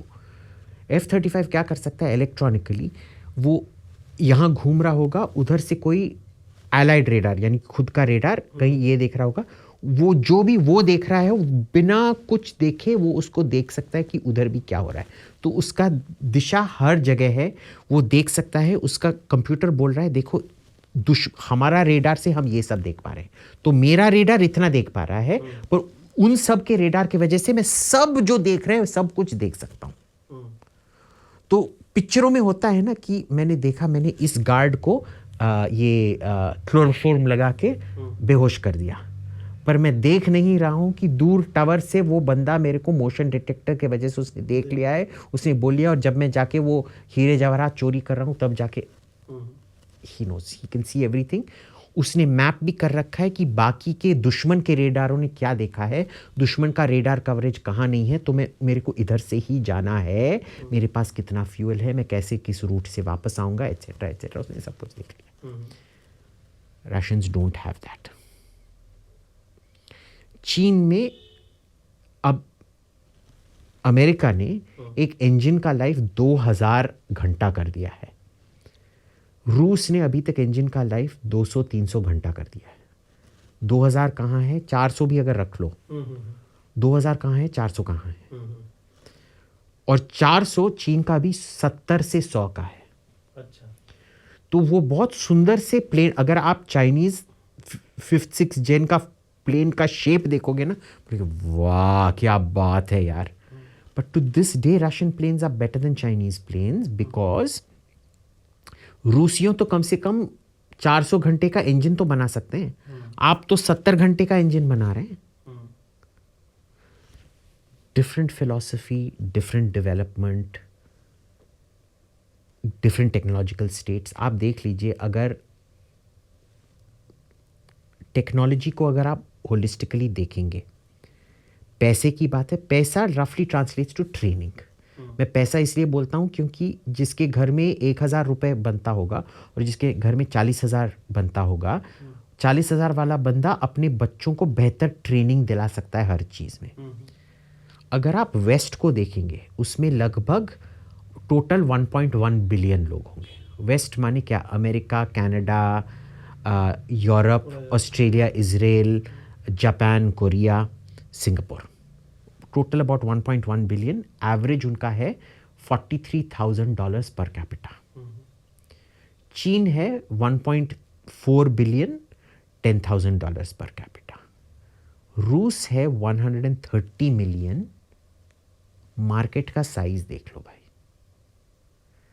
चीन साइज का मार्केट है, पर 4 गुना ज्यादा पैसा उनका ट्रेनिंग करने के लिए, इंजीनियर को ट्रेनिंग करने के लिए। मार्केट का दाम भी उतना ज़्यादा है, आप ज़्यादा बेहतरीन चीज़ें, यार this is normal market dynamic. ये लोग बोलते हैं नहीं नहीं रूस के पास सबसे अच्छा, भाई how?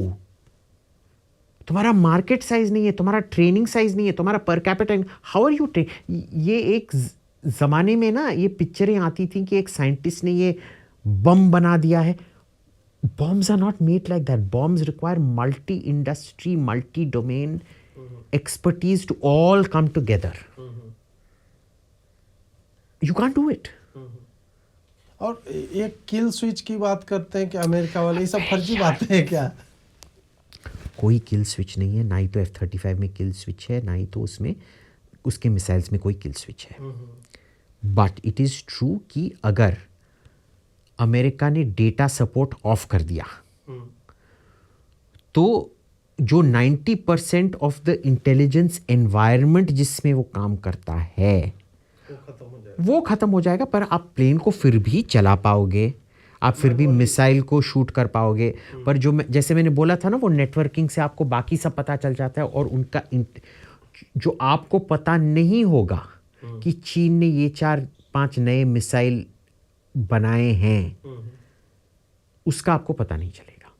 But there is still a lot you can do even without the kill switch. आपको पता है इजरायलियों ने इतना इलीगल मॉडिफिकेशन किया था F-35 को कि आजकल वो F-35 खुद लॉकहीड मार्टिन ही बोलने, वो जब भी वो इजरायली सॉफ्टवेयर को डिलीट करना चाहते हैं ना, वो सॉफ्टवेयर खुद ही बना लेता है क्या आगे? वो घोस्ट बन के जो फिर से लॉकहीड मार्टिन उसका रीसेट करता है, उसको डिस्ट्रॉय करके वापस रीइंस्टॉल हो जाता है। तो आप ये भी कर सकते हैं। तो इमेजिन इजरायलियों ने लॉकहीड मार्टिन को ही चूतिया बना के रखा है। और एक जो अभी हमारे केरल में आया था F-35, कितना 40 दिन रहा था ना वो? 40 दिन रहा था वो। उसका क्या था? क्योंकि उसका देखिए, उसका ये सब है कि नॉन ऑथराइज्ड मेंटेनेंस क्रूज के पास नहीं जा सकते, एटसेट्रा एटसेट्रा एटसेट्रा। वो खाली आने जाने में इतना समय पर देखिए उसमें ब्रिटेन का ज्यादा रोल है। अगर आप ब्रिटेन को देखेंगे, एक ज़माने में Britannia rule the seas, Britannia rule the waves बोलते थे, 1000 शिप्स होते थे। अब ब्रिटिश नेवी जो है, फ्रेंच नेवी को तो छोड़िए, इटालियन नेवी से भी कम ये है। अच्छा। यूरोप में सरप्राइजिंगली अगर आप देखेंगे, इटालियन नेवी सबसे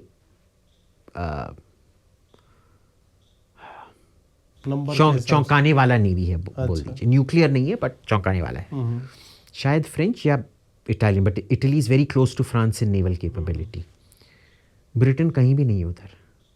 ब्रिटेन का सबमरीन नहीं चलता है, उनके यानी कि पनडुब्बी ठीक से चलते नहीं हैं, ये में है। उनका एयरक्राफ्ट कैरियर ठीक से ऑपरेट नहीं करता, उनका एयरक्राफ्ट कैरियर पता नहीं कितने दिन से प्रॉब्लम में है। उनका डिस्ट्रॉयर्स ठीक से काम नहीं करते, उनमें भी प्रॉब्लम में है। तो ब्रिटेन का नेवी ही पूरा का पूरा प्रॉब्लम है, तो वो अलग बात है। तो ब्रिटेन के F-35 से डोंट जज ऑल, जस्ट लाइक एक तेजस के क्रैश के वजह से वो भी एयर शो में, यू कांट जज द होल तेजस प्रोग्राम। अब उसी में आना चाह रहा था कि हम क्यों नहीं बना पा रहे हैं, और क्या मतलब 5th जनरेशन तक पहुंचने के लिए हमें फर्स्ट से ही स्टार्ट करना पड़ेगा, या हम उस टाइम हमने को फर्स्ट भी बनाया था, सेकंड भी बनाया, बहुत सारे बनाए। 1960 में तो हमने किया था नैट में, हमने नैट नाम का एक फाइटर था, हाँ, वो हमने प्रोडक्शन किया था, इंजन भी उसका हमने प्रोड्यूस किया था। फिर MiG-21 हमने बनाया था, फिर सुखोई 30 भी तो हम इधर ही बना रहे थे ना। उन सब का क्या हुआ? देखिए, आपका एक मैन्युफैक्चरिंग इंडस्ट्रियल इकोसिस्टम नहीं है। जो मिलिट्री है वो अपने आप से ये नहीं हो सकता है। हाँ, वो बिजनेस में थोड़े जाएगा, उसको भाई दूसरा तो काम है। अगर आप जाके फॉर एग्जाम्पल, अगर आपने एक शेफ जो बस सुअर के प्रोडक्ट्स बनाना जानता है, उसको जाके आपने पाकिस्तान में बिजनेस खोलने को बोला, उधर तो सुअर कोई खाता नहीं है, बैंड है, वो जाके उधर क्या करेगा? Defence is like that. Defence is like a pork factory which lives off a pork eating environment। आपने शाकाहारी देश में जाके अगर मटन का रेस्टोरेंट खोला, कैसे चलेगा? डिफेंस एक वो है जो पूरा इंडस्ट्री से थोड़ा इधर थोड़ा उधर करके लिखता है, क्योंकि जो सिविलियन इंडस्ट्री है वो बहुत जल्दी से रिप्लेस होता है। देखिए, मोबाइल फ़ोन जो है ये हर साल आपका चेंज होते रहता है। प्लेन हर 20 साल में एक नया प्लेन आता है भाई। तो इसका जो टेक्नोलॉजी बदल रहा है ना, इट्स इनक्रेडिबल। प्लेन उतना जल्दी तब तक बदल नहीं पाएगा जब तक कि आपका सिविलियन इंडस्ट्री मैन्युफैक्चरिंग जो है इतना तगड़ा है कि वो भी उन चेंजेस को अब्जॉर्ब कर सकता है। और हम यही गलती करते हैं, हम समझते हैं कि आप डिफेंस को आइसोलेट करके उगा सकते हैं, आप नहीं उगा सकते हैं। तो इसीलिए तो इन्होंने अभी थोड़ा ओपन अप किया है प्राइवेट मैन्युफैक्चरर के लिए। अभी 10 साल में यही हम कॉन्वर्सेशन करते रहेंगे, अभी भी कुछ नहीं होने वाला। अच्छा, क्यों? मतलब पैसा उतना इन्वेस्ट नहीं करेंगे प्राइवेट प्लेयर्स, या नो हाउ नहीं है अगर हमारे पास? आपका इतना बाबू प्रेम होगा कि हर चीज़ में आप रेगुलेशन करते रहेंगे, अभी भी बिजनेस खोलना is not that easy in India. हाँ, वो तो GST लेने में लोगों को घूस देना पड़ता है. सो इट इज़, जब तक आप उसको सीरियसली नहीं लेंगे कुछ नहीं होने वाला है, कुछ नहीं होने वाला है. ये बस मतलब खाली अनाउंसमेंट टाइप का है, थोड़ा बहुत कुछ पिस्तौल गन ये सब बन जाएगा. मैं अपना ही अनुभव बताता हूँ ना. हम थे, अनुराग भी था, हम डिफेंस एक्सपो में गए थे और वहाँ सरकारी एक किसका तो था बूथ, आर्मर्ड व्हीकल, इतना घटिया वो दिख रहा था.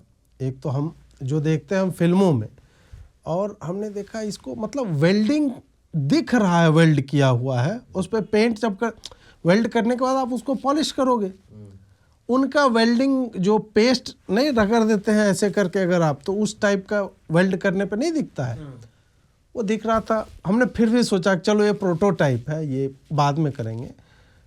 हमने सोचा कि बात किया जाए कौन है इसके इंचार्ज. तो एक IAS अफसर था, वो बैठ के अपना फ़ोन ऐसे ऐसे देख रहा था. तो मैंने जो बंदा था उसको बोला कि भाई उनसे बोलो कि can he talk about this. उससे पहले जबकि एक यंग IAS अफसर था दूसरे बूथ पे, वो हमें राइफल्स दिखा रहा था. उसने बहुत बढ़िया से हमें समझाया. ये बूढ़ा हो जाए साला स्क्रॉल करता रहा, बोला नहीं हमें नहीं बताना है ऐसे करके. ये एटीट्यूड मतलब है. ऑर्डिनेंस फैक्ट्री में हमारे कुछ मित्र काम करते हैं, बोलते हैं कि स्थिति बहुत खराब है. बारूद आदमी डब्बू जो होता है ना जिससे हम लोग चावल निकालते हैं, बोलता है उससे डालते हैं, इतनी खराब स्थिति है. ये पता नहीं कब मैं गया था, ये कोडाई में या ऊटी में, cordite factory. If you go look at the kind of worker violations, labor violations that were taking place there, boss. बिना सेफ्टी मटेरियल के आप कॉर्डाइट को हैंडल कर रहे हो, व्हाट डू यू डू? मैं सिंपल सी एक बात बोलता हूँ आपको. आप कोई भी डिफेंस हेडक्वार्टर में चले जाओ हिंदुस्तान में, navy headquarters, army headquarters, air force headquarters, इतना लो क्वालिटी का कंस्ट्रक्शन और मटेरियल दिखेगा जब वो अपने हेडक्वार्टर्स को ही ठीक से बना नहीं पा रहे हैं, साफ नहीं रख पा रहे हैं, मेंटेन नहीं कर पा रहे हैं. What are you gonna do? जिसके घर में रोल्स रॉयस होता है उसका घर 5 स्टार की तरह लगता है. जिसके घर में ऑटो रहता है उसका घर झुग्गी झोपड़ी की तरह लगता है. Have you ever seen anybody with a 5th generation fighter working out of Vayu Sena Bhavan? And in spite of that, Vayu Sena Bhavan हमेशा best maintained गवर्नमेंट बिल्डिंग का कोई प्राइज जीतता है. तो अगर वो आपका बेस्ट मेंटेन्ड गवर्नमेंट बिल्डिंग है तो देख लीजिए बाकी सरकारी का क्या ये है. तो ये मतलब एटीट्यूड का एक बहुत बड़ा मतलब फ़र्क है. एटीट्यूड का फर्क, जीरो अकाउंटेबिलिटी ना. ये बंदा जो आप बोल रहे थे अपना फोन देख रहा है, हाँ. इसको सेल्स हो ना हो, हाँ, फर्क क्या पड़ेगा? इसका प्रमोशन मिलेगा, हाँ. जॉइंट सेक्रेटरी बनेगा, सेक्रेटरी बनेगा. जो प्राइवेट वाला अगर उसने 2-3 साल सेल्स नहीं कर पाया, उसका तो करियर ही खत्म है ना. मैंने वो ट्वीट कर दिया, मुझे धमकी आई. IAS ऑफिसर जो उसका जूनियर था, उसने पता नहीं नंबर कहाँ से निकाल लिया, एंड ही वाज लाइक कि मैं कह रहा हूँ आप डिलीट कर दीजिए. मैंने बोला नहीं करूँगा. तो अरे जी बहुत कुछ हो सकता है, इस टाइप से उसने मतलब. खैर वापस हम ट्रेड डील और ट्रम्प पे आते हैं कि अगर हम उनके हिसाब से नहीं चलें तो हमें कितना मतलब घाटा हो सकता है, क्योंकि हम दूसरी तरफ डाइवर्सिफाई तो कर रहे हैं. अब हम न्यूजीलैंड से तो बहुत छोटा मतलब कुछ लाख डॉलर या पता नहीं मिलियन डॉलर इस टाइप से ही ट्रेड होगा. UK से FTA हो गया, EU से भी बातचीत हो रही है, और डेटा भी अभी हम देख रहे हैं कि टैरिफ के बाद भी अच्छा ही करता हुआ मतलब डेटा में हमें एक्सपोर्ट्स हमारा बाय वॉल्यूम और परसेंटेज वो भी जो है बढ़ा ही है. श्रिम्प की खेती पंजाब और हरियाणा में अब होने लगी क्योंकि खारा पानी उधर होता है. बहुत सारी चीज़ें मतलब लग रहा है कि इंडिया न केवल उस ट्रेड डील के लिए जो नेगोशिएशन करना है कर रहा है, बट वो दूसरे एवेन्यूज भी तलाश रहा है कि हमारे जो एक्सपोर्टर हैं वो दूसरी जगह भी अपना सामान जो है बेच सकें. तो कितना फ़र्क पड़ सकता है? अमेरिका कितना इम्पोर्टेंट है? केवल हम इन ट्रेड्स की बात करें, हम वेपन्स की नहीं, बाकी जो ट्रेड होते हैं. इम्पोर्टेंट तो अमेरिका हर बंदे के लिए. आप देखेंगे हर बंदा का सबसे बड़ा ट्रेडिंग पार्टनर शायद अमेरिका ही हुआ. अब देखिए, डाइवर्सिटी नाम का एक चीज़ होता है, पर बल्क नाम का भी एक चीज़ होता है। तो जो अमेरिका खरीद पाता है ना, जिस बल्क में खरीद पाता है, पहले आपको पता है वो जो मिठाई के पैकेट होते थे, आप जब हम बच्चे थे कभी भी हमने मिठाई का पैकेट खरीदा था? एक दो जाके अलग अलग से मिठाई लेते थे, पर कभी भी ये टॉफ़ी बाइट, उन दिनों टॉफ़ी, जब मैं बच्चा था टॉफ़ी बाइट वो होता था, और वो पान पसंद होता था। मॉर्टन और ये सब होता था। हाँ, आजकल आप जाके ब्लिंकिट शिंकिट में देखिए, पूरा पैकेट 100 के मिलते हैं। पल्स कैंडी का पूरा डब्बा मिलता है। पहले तो अगर आप दुकान नहीं चलाते थे, आप खरीदने के सोचते भी नहीं थे। ये जो सोच है कि आप पूरा एक पान पसंद का पूरा एक 100 टॉफ़ी का पैकेट खरीद लो और एक दिन में बैठ के चबा चबा के सॉर्ट, इसीलिए ओबेसिटी भी बढ़ता है, ये भी बढ़ता है। This is an American concept of bulk. हर चीज़ वो बल्क में खरीदते हैं। So the amount of volume they are able to give you, nobody else is able to give you. Even with that kind of population, even with that. अब देख लीजिए, जब मैं अल्बुकर्की में था, मेरे को उधर इतने सुपीरियर इंडियन प्रोडक्ट्स मिलते थे जो मेरे को हिंदुस्तान में नहीं मिल रहा है। आजकल अमेज़ॉन के वजह से मैं शायद जो मद्रास में मेरे को मिलता था, और वो भी प्रिजर्व्ड, फ्रेश तो मैं नहीं ले आ सकता, पर अल्बुकर्की का जो इंडियन स्टोर था, आपने कभी डीबोन्ड हिल्सा देखा है? Frozen deboned hilsa. हिल्सा से कैसे निकालने, बहुत कांटे होते हैं उसमें। अल्बुकर्की में मिलता है, जिसका पॉपुलेशन 1 मिलियन से भी कम है, या शायद 1 million, I don't know the population of Albuquerque. San Francisco में आई कैन अंडरस्टैंड, क्योंकि इतने लोग हैं वो बे एरिया के सराउंडिंग, और वो भी सबसे ज्यादा हिंदुस्तानी है। पर अल्बुकर्की में I am getting a block of frozen deboned hilsa, और जब मैंने पकाया एकदम फ्रेश बांग्लादेशी हिल्सा का फ्लेवर आ रहा है मेरे को। भाई वाह, इतना वैल्यू! क्योंकि आप इधर वो मच्छी से आप वो, मेरे को हिल्सा डीबोन करना पता है, उसके लिए ना वो नीडल नोज प्लायर्स की ज़रूरत है, और उसको ना, क्योंकि उसका बोन्स बहुत फाइन होता है, वैसे घुमा के हाँ, तो वो एक टेक्निक है, वो मेरे को पता है वो टेक्निक कैसे डीबोन। वो मेरे को 2 घंटा लगता है एक मच्छी को डीबोन करने में। तो उसमें अगर आपने उसका कमर्शियल प्रोडक्ट बनाया, हिल्सा वैसे भी आजकल क्या 2-3 हज़ार पर किलो है, उसमें अगर वो मछुआरे को 2 घंटा लगाना पड़ा एक मच्छी को, ठीक है वो जल्दी कर लेगा, शायद 30 मिनट में कर लेगा, पर नॉर्मली वो जो 30 सेकंड लगाता है उसका 30 मिनट लगाएगा, तो वो 3000 प्रति किलो का मच्छी 6000 प्रति किलो हो जाएगा। आप देंगे 6000? ना। पर अमेरिका में वो 6000 कितना होगा डॉलर में?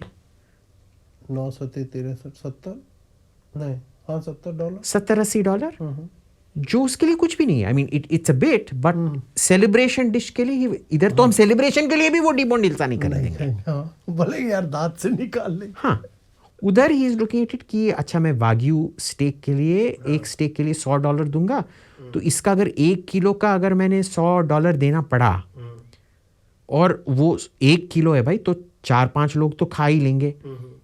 Not bad at all, it's a very economical proposition for him. तो वो कर पा रहा है ना, but in other countries they can't. America में जो आप चाहते हैं पका सकते हैं। जर्मनी में, वियना में, जहाँ मैं अपने फ्रेंड के घर में रहता हूँ ना, वो लाइक यार ये मत पका, वो मत पका। अगर मैंने थोड़ा सा लहसुन भूजना शुरू किया ना, नेबर्स आके कंप्लेन करते हैं बहुत लहसुन की बू आ रही है। You're sitting there and going, what the So Europe में ये सोशल, इटली में तो कोई ये नहीं करता, आपको जो पकाना है पका लीजिए, पर जर्मनी में ये है। पर इटली में क्या है कि लोग दूसरे लोगों का खाना खाना ही नहीं चाहते। उधर बहुत सारे बांग्लादेशी हैं, पता है। इटली में रोम ऐसा एक शहर है जहाँ मैं इटालियन तो बोल लेता हूँ थोड़ी बहुत, पर अगर इटालियन ना भी जानता मैं बहुत कंफर्टेबल होता हूँ, क्योंकि सब जो रास्ते पे आइसक्रीम बेचते हैं, ये बेचते हैं, वो सब बांग्लादेश से आते हैं, तो बंगाली में बोल के उनसे कुछ भी करवा लेता हूँ। और जो भी उधर सिस्टर होते हैं, नन्स, वो सब केरला से आते हैं, तो उनसे तमिल में बोल के, तमिल मलयालम भी kind of understand each other, इसके बीच में सब कुछ हो जाता है। तो रोम के तीनों लैंग्वेज में बोलता हूँ. Now that being the case, Rome में कोई भी ज़्यादा फॉरेन खाना खाता नहीं है. उनका अपना जो है क्विजीन वही. Whereas in अमेरिका सब कुछ एक साथ हो जाता है. फॉरेन खाना भी खाते हैं. जर्मनी जैसे लहसुन भुजने का ये वो भी दिक्कत नहीं है, और बल्क में खरीद सकते हैं. So see it's a very unique market. Why is it कि अगर आप 4-5 बार भी आपका बिजनेस फेल हो चुका है, अगर आपके प्लान में कोई दम है, कैलिफोर्निया में बैंक आपको लोन देगा. जर्मनी ने अगर आपने एक बार बिजनेस फेल कर दिया, आपका प्रोडक्ट जितना भी अच्छा होगा, कोई भी बैंक आपको दूसरी बार लोन नहीं देगा. ये सब individually they are not important. When they all come together it becomes a very very important thing. तो India needs to diversify. Yes, क्या आप वो बल्क डुप्लीकेट कर पाएंगे जो पैसा डिस्पोजेबल इनकम से आता है? नो. उनकी परचेजिंग पावर जो है वो ओवर पावर कर जाती है बाकी हर सब. नॉट जस्ट परचेजिंग पावर, उनका जो बल्क खरीदने का जो वो माइंडसेट है ना, माइंडसेट. हाँ, वो. इसी कारण जो है बैक चैनल टॉक्स होते रहने चाहिए. डिस्पाइट जो भी ईगो है और ये सारा कुछ है. एक और शब्द हम लोग बहुत सुनते रहते हैं, डीप स्टेट. और अभी चलता है कि ये नया डीप स्टेट है. पुराना वाला जो है वो ट्रम्प को कंट्रोल नहीं कर पाया, तो अब नया डीप स्टेट है, सब कुछ चला रहा है. वेनेजुएला को यदि हम देखें तो उसका जो पटकथा है, स्क्रीन प्ले, वो eerily सिमिलर टू इंडिया है, जो राहुल गांधी यहाँ करना चाह रहा है. कि भाई ये इलेक्शन जीता नहीं है, वोट चोरी किया है इसने, ये जो है अत्याचार कर रहा है, वो पूरा एट्रोसिटी का नैरेटिव ये सारा कुछ चल रहा है. डिस्पाइट द फैक्ट कि 3-4 चुनाव ये लोग अपोजिशन हार चुके हैं बुरी तरह से, but still somehow they are trying to make others believe कि भाई ये धांधली हो रहा है, मानवाधिकारों का हनन, सारा कुछ.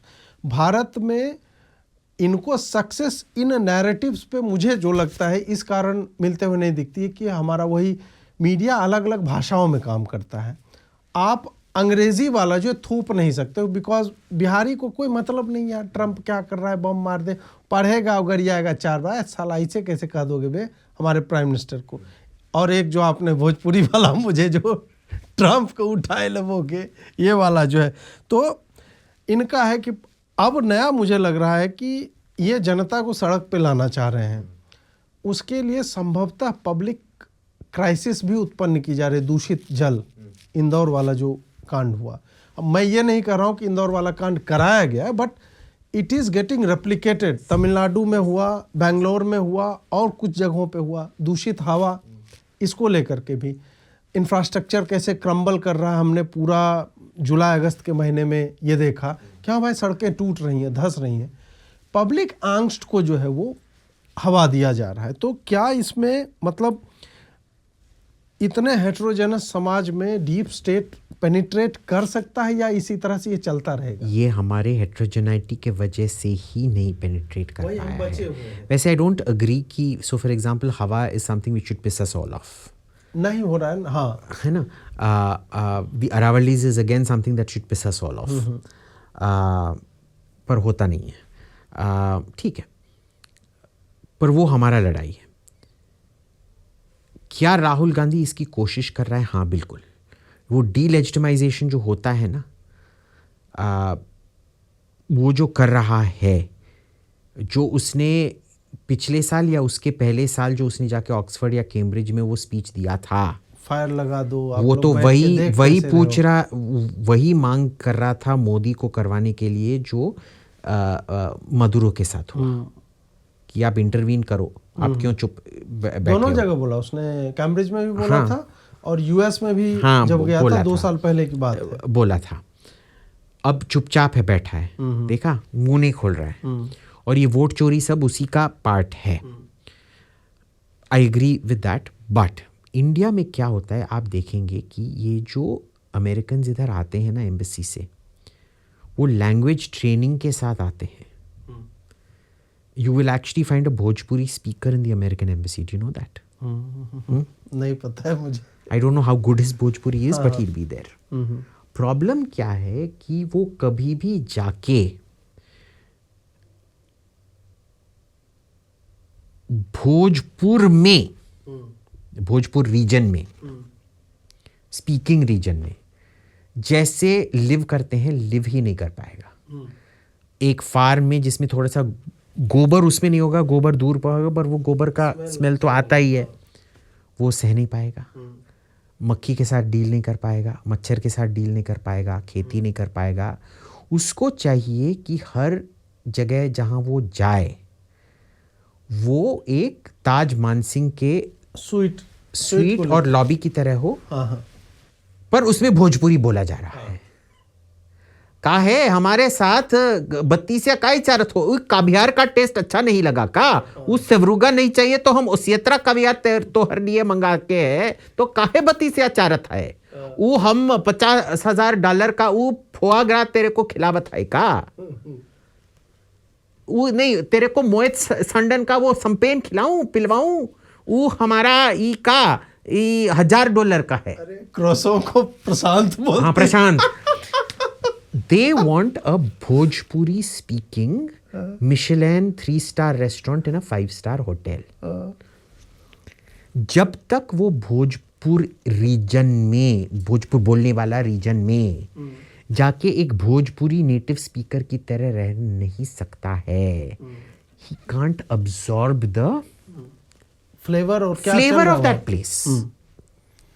तो हमारा खुद का एलीट जो डिवोर्स्ड है हमारे पॉपुलेशन से, और जो लालू जी ने बोला था एक दिल्ली में एक इंडिया नाम का एक देश है और दिल्ली के बाहर भारत नाम का देश है, वो हमको मदद करता है। दूसरी बात क्या है, यही अमेरिकन जो भोजपुरी बोलता है, ही इज मच वो भोजपुरी जानता है, पर वो कोई भी भोजपुरी जर्नलिस्ट से बात नहीं कर सकता, बात करने का उसको अच्छा नहीं लगता है, क्योंकि वो भोजपुरी जर्नलिस्ट उसको बोल रहा है कि से मोदी अच्छा है, ये अच्छा है। उसको जो अंग्रेजी में कॉन्वर्सेशन है कि मोदी दूसरा दुनिया का दूसरा हिटलर है, गोएबल्स है, एटसेट्रा एटसेट्रा, जो वो भोजपुरी में सुनना चाहता है वो उसको नहीं मिल रहा है। तो आप देखेंगे ये सब लैंग्वेज स्पेशलिस्ट जो अमेरिकन एम्बेसी में बैठे हैं ना, वो ये नहीं सुनना चाहते कि वो लोग सोच क्या रहे हैं, वो वही सुनना चाहते हैं जो उनको लगता है न्यूयॉर्क टाइम्स और वॉशिंगटन पोस्ट लिख रहे हैं। और क्या होता है, क्योंकि वो सुन नहीं रहे हैं, वही अंग्रेजी बोलने वाले लोगों से ही मुलाकात करते हैं ताज में, लीला में, इटालियन कल्चरल सेंटर में, उधर उसके बाहर जाएंगे ही नहीं। आपने कभी भी एक अमेरिकन डिप्लोमेट में को कोई ढाबा में, इधर से करनाल तक के कोई ढाबा में बैठे के खाते हुए देखा है? मूर्थल के ढाबा में खाते हुए देखा है? क्यों नहीं देखा है? कोई भी जहां आपने कभी भी एक अमेरिकन डिप्लोमेट को, हम सब doesn't matter who we are, जब हम लॉन्ग ट्रिप में जाते हैं रोड साइड पे जो चाय बना रहा होता है उधर ही बैठ के हम चाय पीते हैं। इनफैक्ट वो अच्छे अच्छे जो आजकल नए हैं उधर भी लाइक यार उधर क्या चाय मिलता है, मुंह में डालने के लायक नहीं है, एसी होगा ये होगा, हम उधर नहीं जाएंगे, ये लोग उधर ही जाएंगे। हम लोग तो उधर बैठ के पियेंगे, चाचा बताओ क्या हो रहा है इधर, ये गॉसिप भी ले लेंगे, local gossip. Nothing out there. So you will never see that American diplomat in that tea stall. वो कभी भी समझ नहीं पाएंगे हिंदुस्तान को, ये बहुत अच्छी बात है। बट देखो ये राहुल गांधी भी तो वही करता है ना, वो भी उतना ही डिटैच्ड है ना। हाँ वही तो पूरी इतना जनता डिटैच्ड है। हाँ।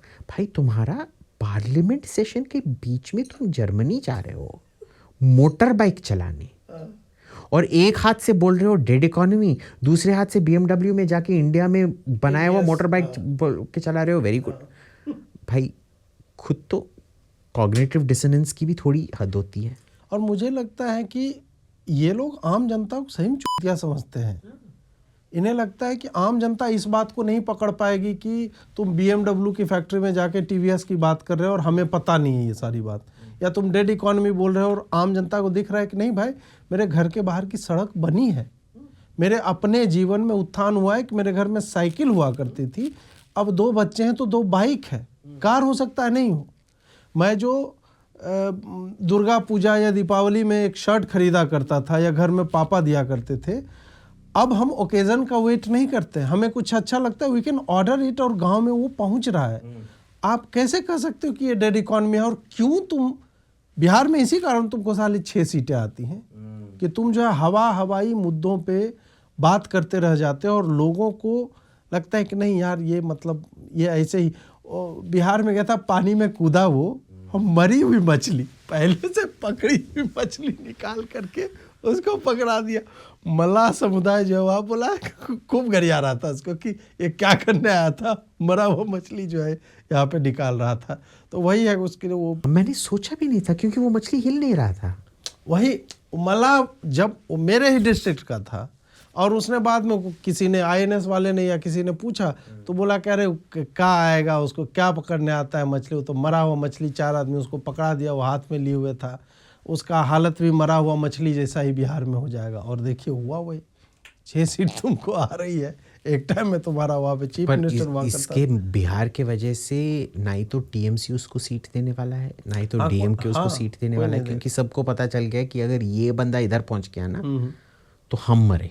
याद कीजिए ना, पंजाब में कैप्टन अमरिंदर ने एक्सप्लिसिटली बोला था कि राहुल गांधी को कैंपेन करने मत भेजना यहाँ पे। और उसी गुस्से के वजह से उसने इतना षड्यंत्र चढ़ा। यार Congress would have won the next election by a landslide had it not been for that Sidhu fellow, बिल्कुल Channi and all those people. Well, Channi was a product of Rahul Gandhi's manipulation. अगर उन्होंने captain को ही छोड़ा होता, हाँ तो बढ़िया जीता, बढ़िया जीते। जीत के मुंह से उन्होंने हार छीन ली। हरियाणा में भी तो यही किया ना, हरियाणा में इतना जाट कंसोलिडेशन कर दिया कि काउंटर कंसोलिडेशन हो गया। पर वो बहुत मजेदार था। Not that I like the chief minister, not the old one और द न्यू वन, काफी नालायक लोग हैं दोनों के दोनों, बट जो है सो है। बांग्लादेश को लेकर के कि वहाँ क्या किया जाए, क्योंकि वहाँ भी जैसे अमेरिका के साथ सिचुएशन है ना कि बोले तब भी साला मारे जाएंगे, नहीं बोले तब भी, कि बांग्लादेश को लेकर के भारत कुछ भी एडवर्स बात नहीं बोल रहा है, फिर भी हिंदुओं को लगातार, अभी हम पिछले 7-8 दिन में 7-8 लोग जो है मारे गए हैं, जीवित जला दिए गए। एक पत्रकार था BD खबर करके, राणा प्रताप करके, उसको मार दिया। एक और दुकानदार था, उसको मारा। फिर दीपू चंद्र वाला हमने देखा ये सारा कुछ। इस पे थोड़ा सा बताएं। और अभी वीज़ा देना इन्होंने बंद कर दिया है। चुनाव फरवरी में, 1 महीना एग्जैक्ट अभी बचा, 8 फरवरी चुनाव रेफरेंडम होने वाला है। तो एक सिचुएशन ये है कि BNP को अब हिंदू जो बोल रहे हैं कि अगर आवामी लीग बैंड ही है और रह ही गया, क्योंकि अब तो 1 महीना है, अभी बैंड नहीं उठाया तो संभवतः वो पार्टिसिपेट नहीं करेगी। हालांकि वहाँ के लोगों का यही इमोशन है कि आवामी लीग आएगी, स्वीप कर जाएगी इलेक्शन पूरी तरह से। अब हिंदुओं के सामने है कि हम जमात और BNP में हमें चुनना है। तारिक रहमान से जाकर के जयशंकर मिले, जो मुझे लगता है कि एक अच्छी अलाइनमेंट है। उनको भी लग रहा होगा कि इसके जीतने की संभावना है। और उसकी माँ को भी मिसट्रीट किया था पाकिस्तान ने, तो अभी चेंज्ड अलाइनमेंट्स में हो सकता है कि वो पाकिस्तान की तरफ ना जाए, इंडिया वाले मैनेज करना चाह रहे हो। देखिए खालिदा जिया का प्रॉब्लम क्या था कि वो हमेशा मानती थी कि हिंदुस्तान ने उसके पति का कत्ल करवाया था। अब उसका कुछ हम कर नहीं सकते, ठीक है, पर she is dead. I am hoping the son is more mature, maybe he is not more mature, we will not know that. पर तीसरा ऑल्टरनेटिव है कि उधर इंडिपेंडेंट कैंडिडेट भी खड़े हों। अवामी लीग जैसे PTI खड़ा हुआ था ना इंडिपेंडेंट, वैसे ही इंडिपेंडेंट नाम से वो खड़े हों उधर। अब क्या होता है उधर, if you stand as independents, ये सबको सूट करता है, क्योंकि ये लोग भी कह सकते हैं कि हमने अवामी लीग को बैन कर दिया था, और शेख हसीना भी बोलेगी कि भाई मैं खड़ी नहीं हो सकती हूँ, क्योंकि अगर वो खड़ी हुई वो उस मॉब को वैलिडेट कर रही हैं और वो इलीगल इलेक्शन को भी वैलिडेट कर रही हैं। हाँ ये भी है कि तुम पार्टिसिपेट कर रहे हो, यानी कि तुमने मान लिया। हाँ सही बात। तो मेरे को क्या लगता है, Awami will contest as independents. पता नहीं उनका क्या सक्सेस रेट होगा, क्या नहीं होगा, क्योंकि देखिए BJP और कांग्रेस में अभी क्या फ़र्क है। BJP एक संगठन चलाता है, राहुल एक NGO चलाता है, ठीक है ना।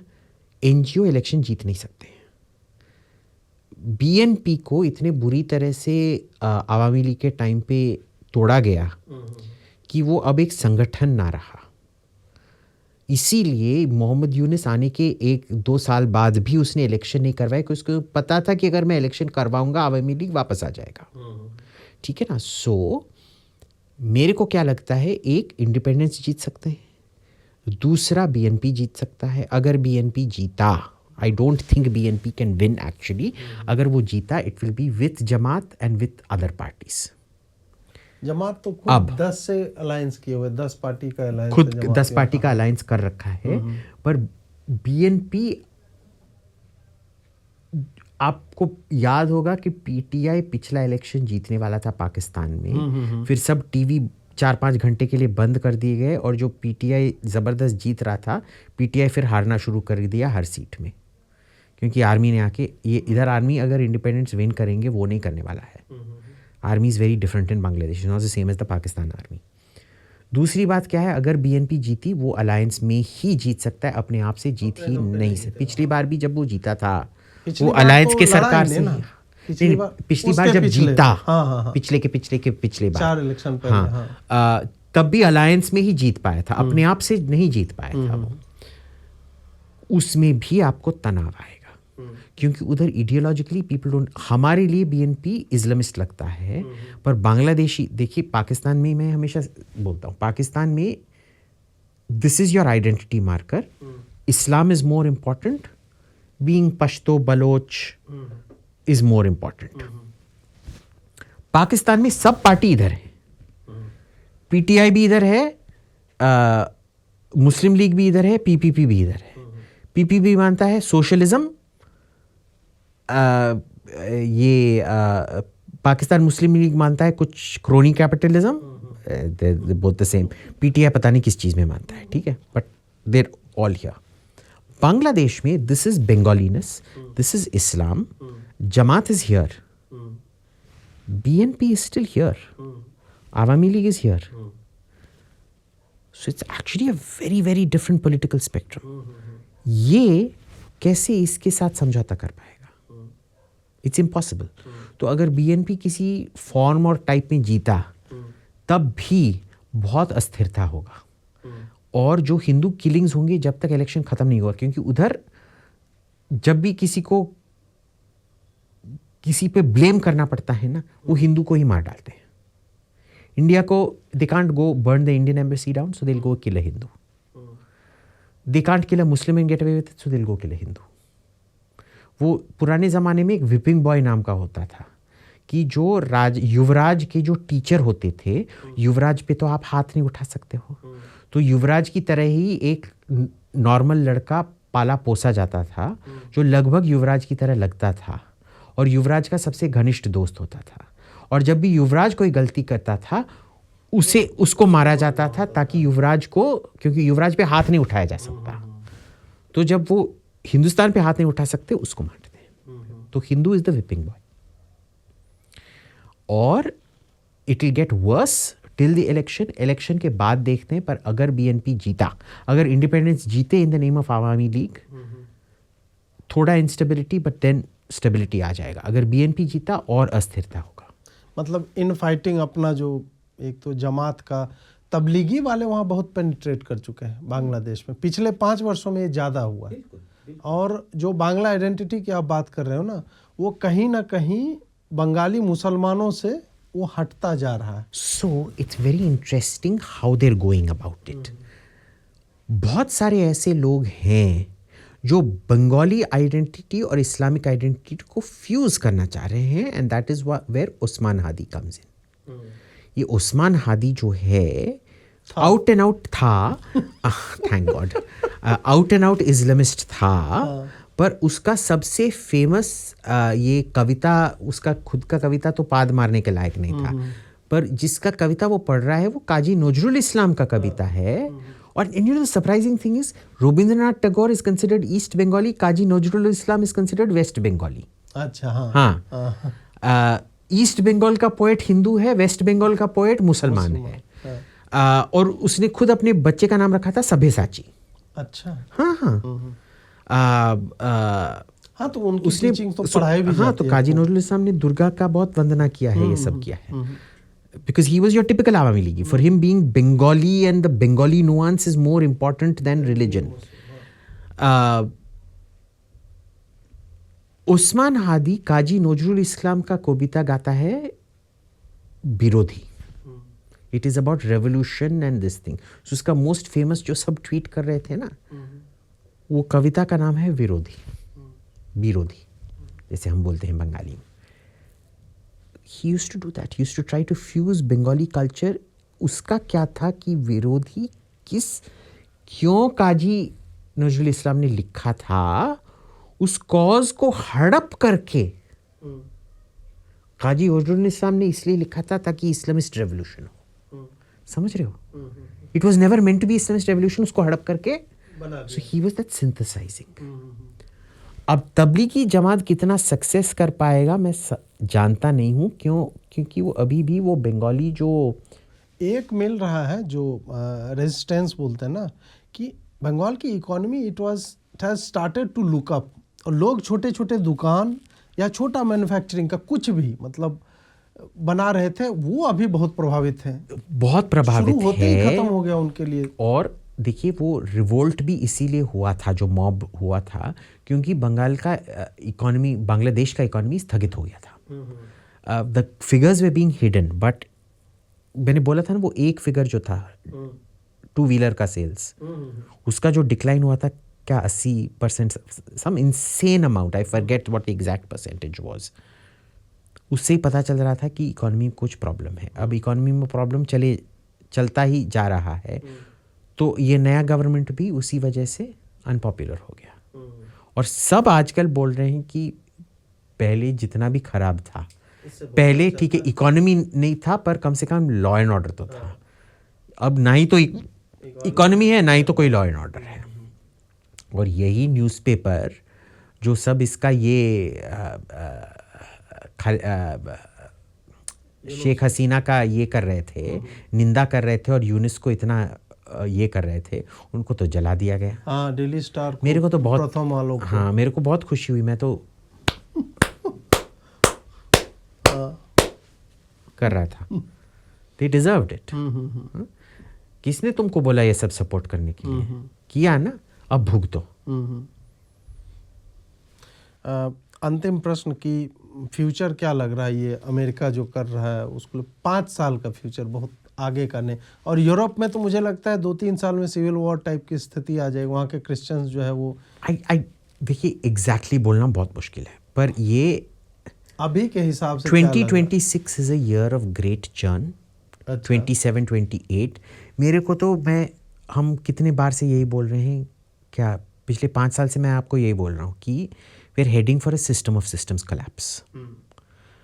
मैंने सोचा था कि ट्रंप फिक्स कर पाएगा, पर अमेरिका का डेट प्रॉब्लम पहले कॉस्ट कटिंग डोज करके, now he wants to increase by 50% the defence budget. तो कहाँ डेट कटिंग कर रहे हो भाई? सो क्लियरली जो अपॉर्चुनिटी था वो रीसेट करने का, वो उसने नहीं लिया है.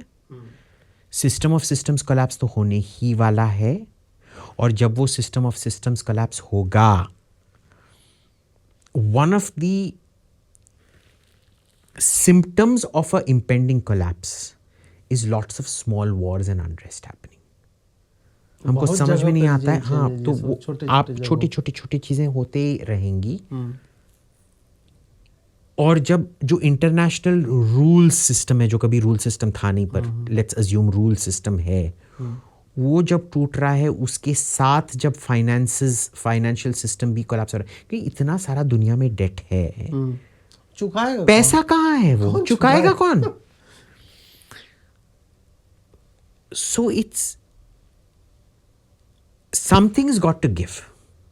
हाँ, कुछ तो फ्लॉ होगा ना कहीं. तो ये जो आप ये छोटी छोटी चीजें देख रहे हैं, ये सब उसी का एक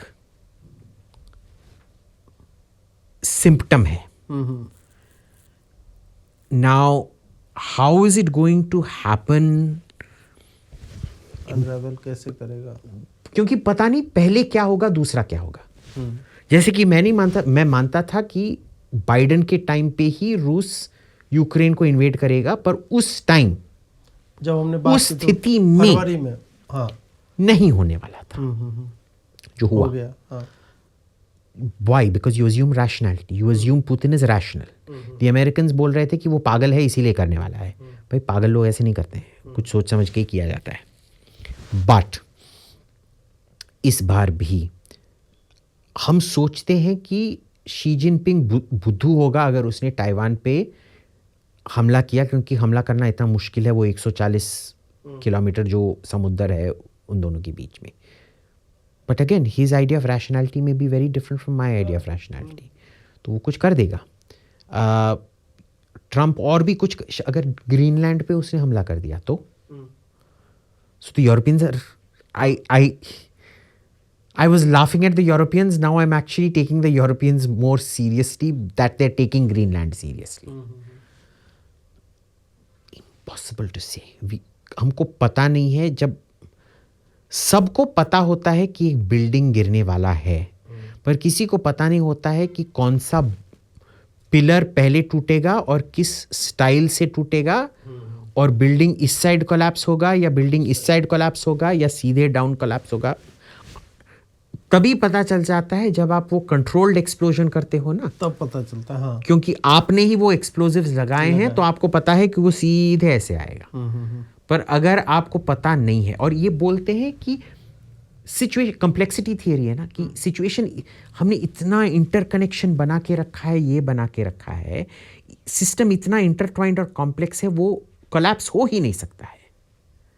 जैसे कि बिल्डिंग इसलिए कोलैप्स होता है क्योंकि आप गर्डर ऐसे बनाते हैं, फिर फ्लोर ऐसे बनाते हैं, पर अगर आपने पूरा ऐसे ऐसे ऐसे ऐसे ऐसे बना दिया, फिर एक दो भी अगर टूटेगा तो बाकी के सीरीज में कोलैप्स नहीं होगा। हाँ।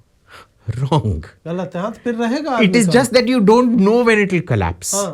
जब ऐसे बनाते हैं, अगर ये पिलर टूट के आपको पता है आपके पास 1-2 घंटा है इवैक्यूएट करने के लिए, क्योंकि 1-2 घंटा में ये, तो जितना ज्यादा कॉम्प्लेक्सिटी बनाओगे उतना डिफिकल्ट बन जाता है इकोनॉमिक कोलैप्स को प्रिडिक्ट करने के लिए। But that does not mean the economy does not collapse. और इकोनॉमिक कोलैप्स के वजह से जो बाकी के चीज, देखिए ये बांग्लादेश में जो हुआ वो इकोनॉमी की वजह से ही हुआ था ना। जो सोवियत यूनियन का कोलैप्स हुआ वो तो इकोनॉमी की वजह से ही हुआ था।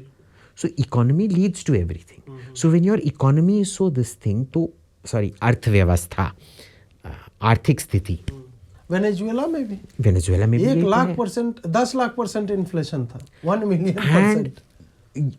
साउथ अमेरिका का सबसे अमीर देश था, अब साउथ अमेरिका दुनिया का शायद सबसे गरीब देशों में कहीं है। अब क्या करोगे? और इसी वजह से आपने देखा कि अमेरिकन फायर कर रहे थे, कोई भी ग्राउंड से अमेरिकन पे फायर नहीं कर रहा था। मरे तो थे लोग, सब वेनेजुएलन ही मरे थे, क्यूबन मरे थे कोई, बट अभी उनका एयरफोर्स के कमांडर को अरेस्ट कर दिया गया क्योंकि उन्होंने बोला कि तुमने एयर डिफेंस सिस्टम को एक्टिवेट क्यों नहीं किया। सब जो थे आपने देखा, एक भी बुलेट, क्योंकि जब फायर करते हैं रात को वो ट्रेलर तो दिखता है, कोई ट्रेलर नहीं दिख रहा था, कोई भी वो अमेरिकन हेलीकॉप्टर पे फायर नहीं कर रहा था। क्यों? क्योंकि very clearly everybody had been bribed और पेड। तो बोला उसका S-300 वो ऑनलाइन ही नहीं था जब तक। हाँ, जनरेटर चलाते तब तक तो उठा के लेके चला गया वो लोग। So they finished it, the whole operation was over in about 3 minutes। That is from the this हाँ, थिंग, हाँ। But it lasted for about 2-3 hours। हाँ बस। हाँ। What do you do? So it's ये सिम्टम्स हैं, ये symptoms हैं कि कुछ क्रैक हो रहा है। जितने ज़्यादा सिम्टम्स हैं उतने ज़्यादा पूरा सिस्टम ही कोलैप्स करने वाला है। पर कब कोलैप्स करेगा, 26 में करेगा, 7 में करेगा, 8 करेगा, कहना बहुत मुश्किल है। But let's just say with the current financial system, I have only 3 pieces of advice. Buy gold. For every 5 rupees you invest in gold, invest 1 rupee in silver. And अगर आप शेयर्स रखते हैं बस FMCG खरीदिए, क्योंकि जितना भी आपातकाल आए आपको दांत मांजना ही पड़ेगा, नहाना ही पड़ेगा, टट्टी साफ करना ही पड़ेगा। चलिए, बढ़िया एडवाइस है। आपने इतना हमें समय दे, इसके लिए आपको बहुत बहुत आभार। Viva Bolivarios Republicanos de Venezuela. Viva la revolución. Viva la revolución. Eternal presidente. Viva la presidente eternale di mundo, Donaldo Trump. Donaldo Trump. जय श्री राम। जय डोनाल्ड ट्रंप।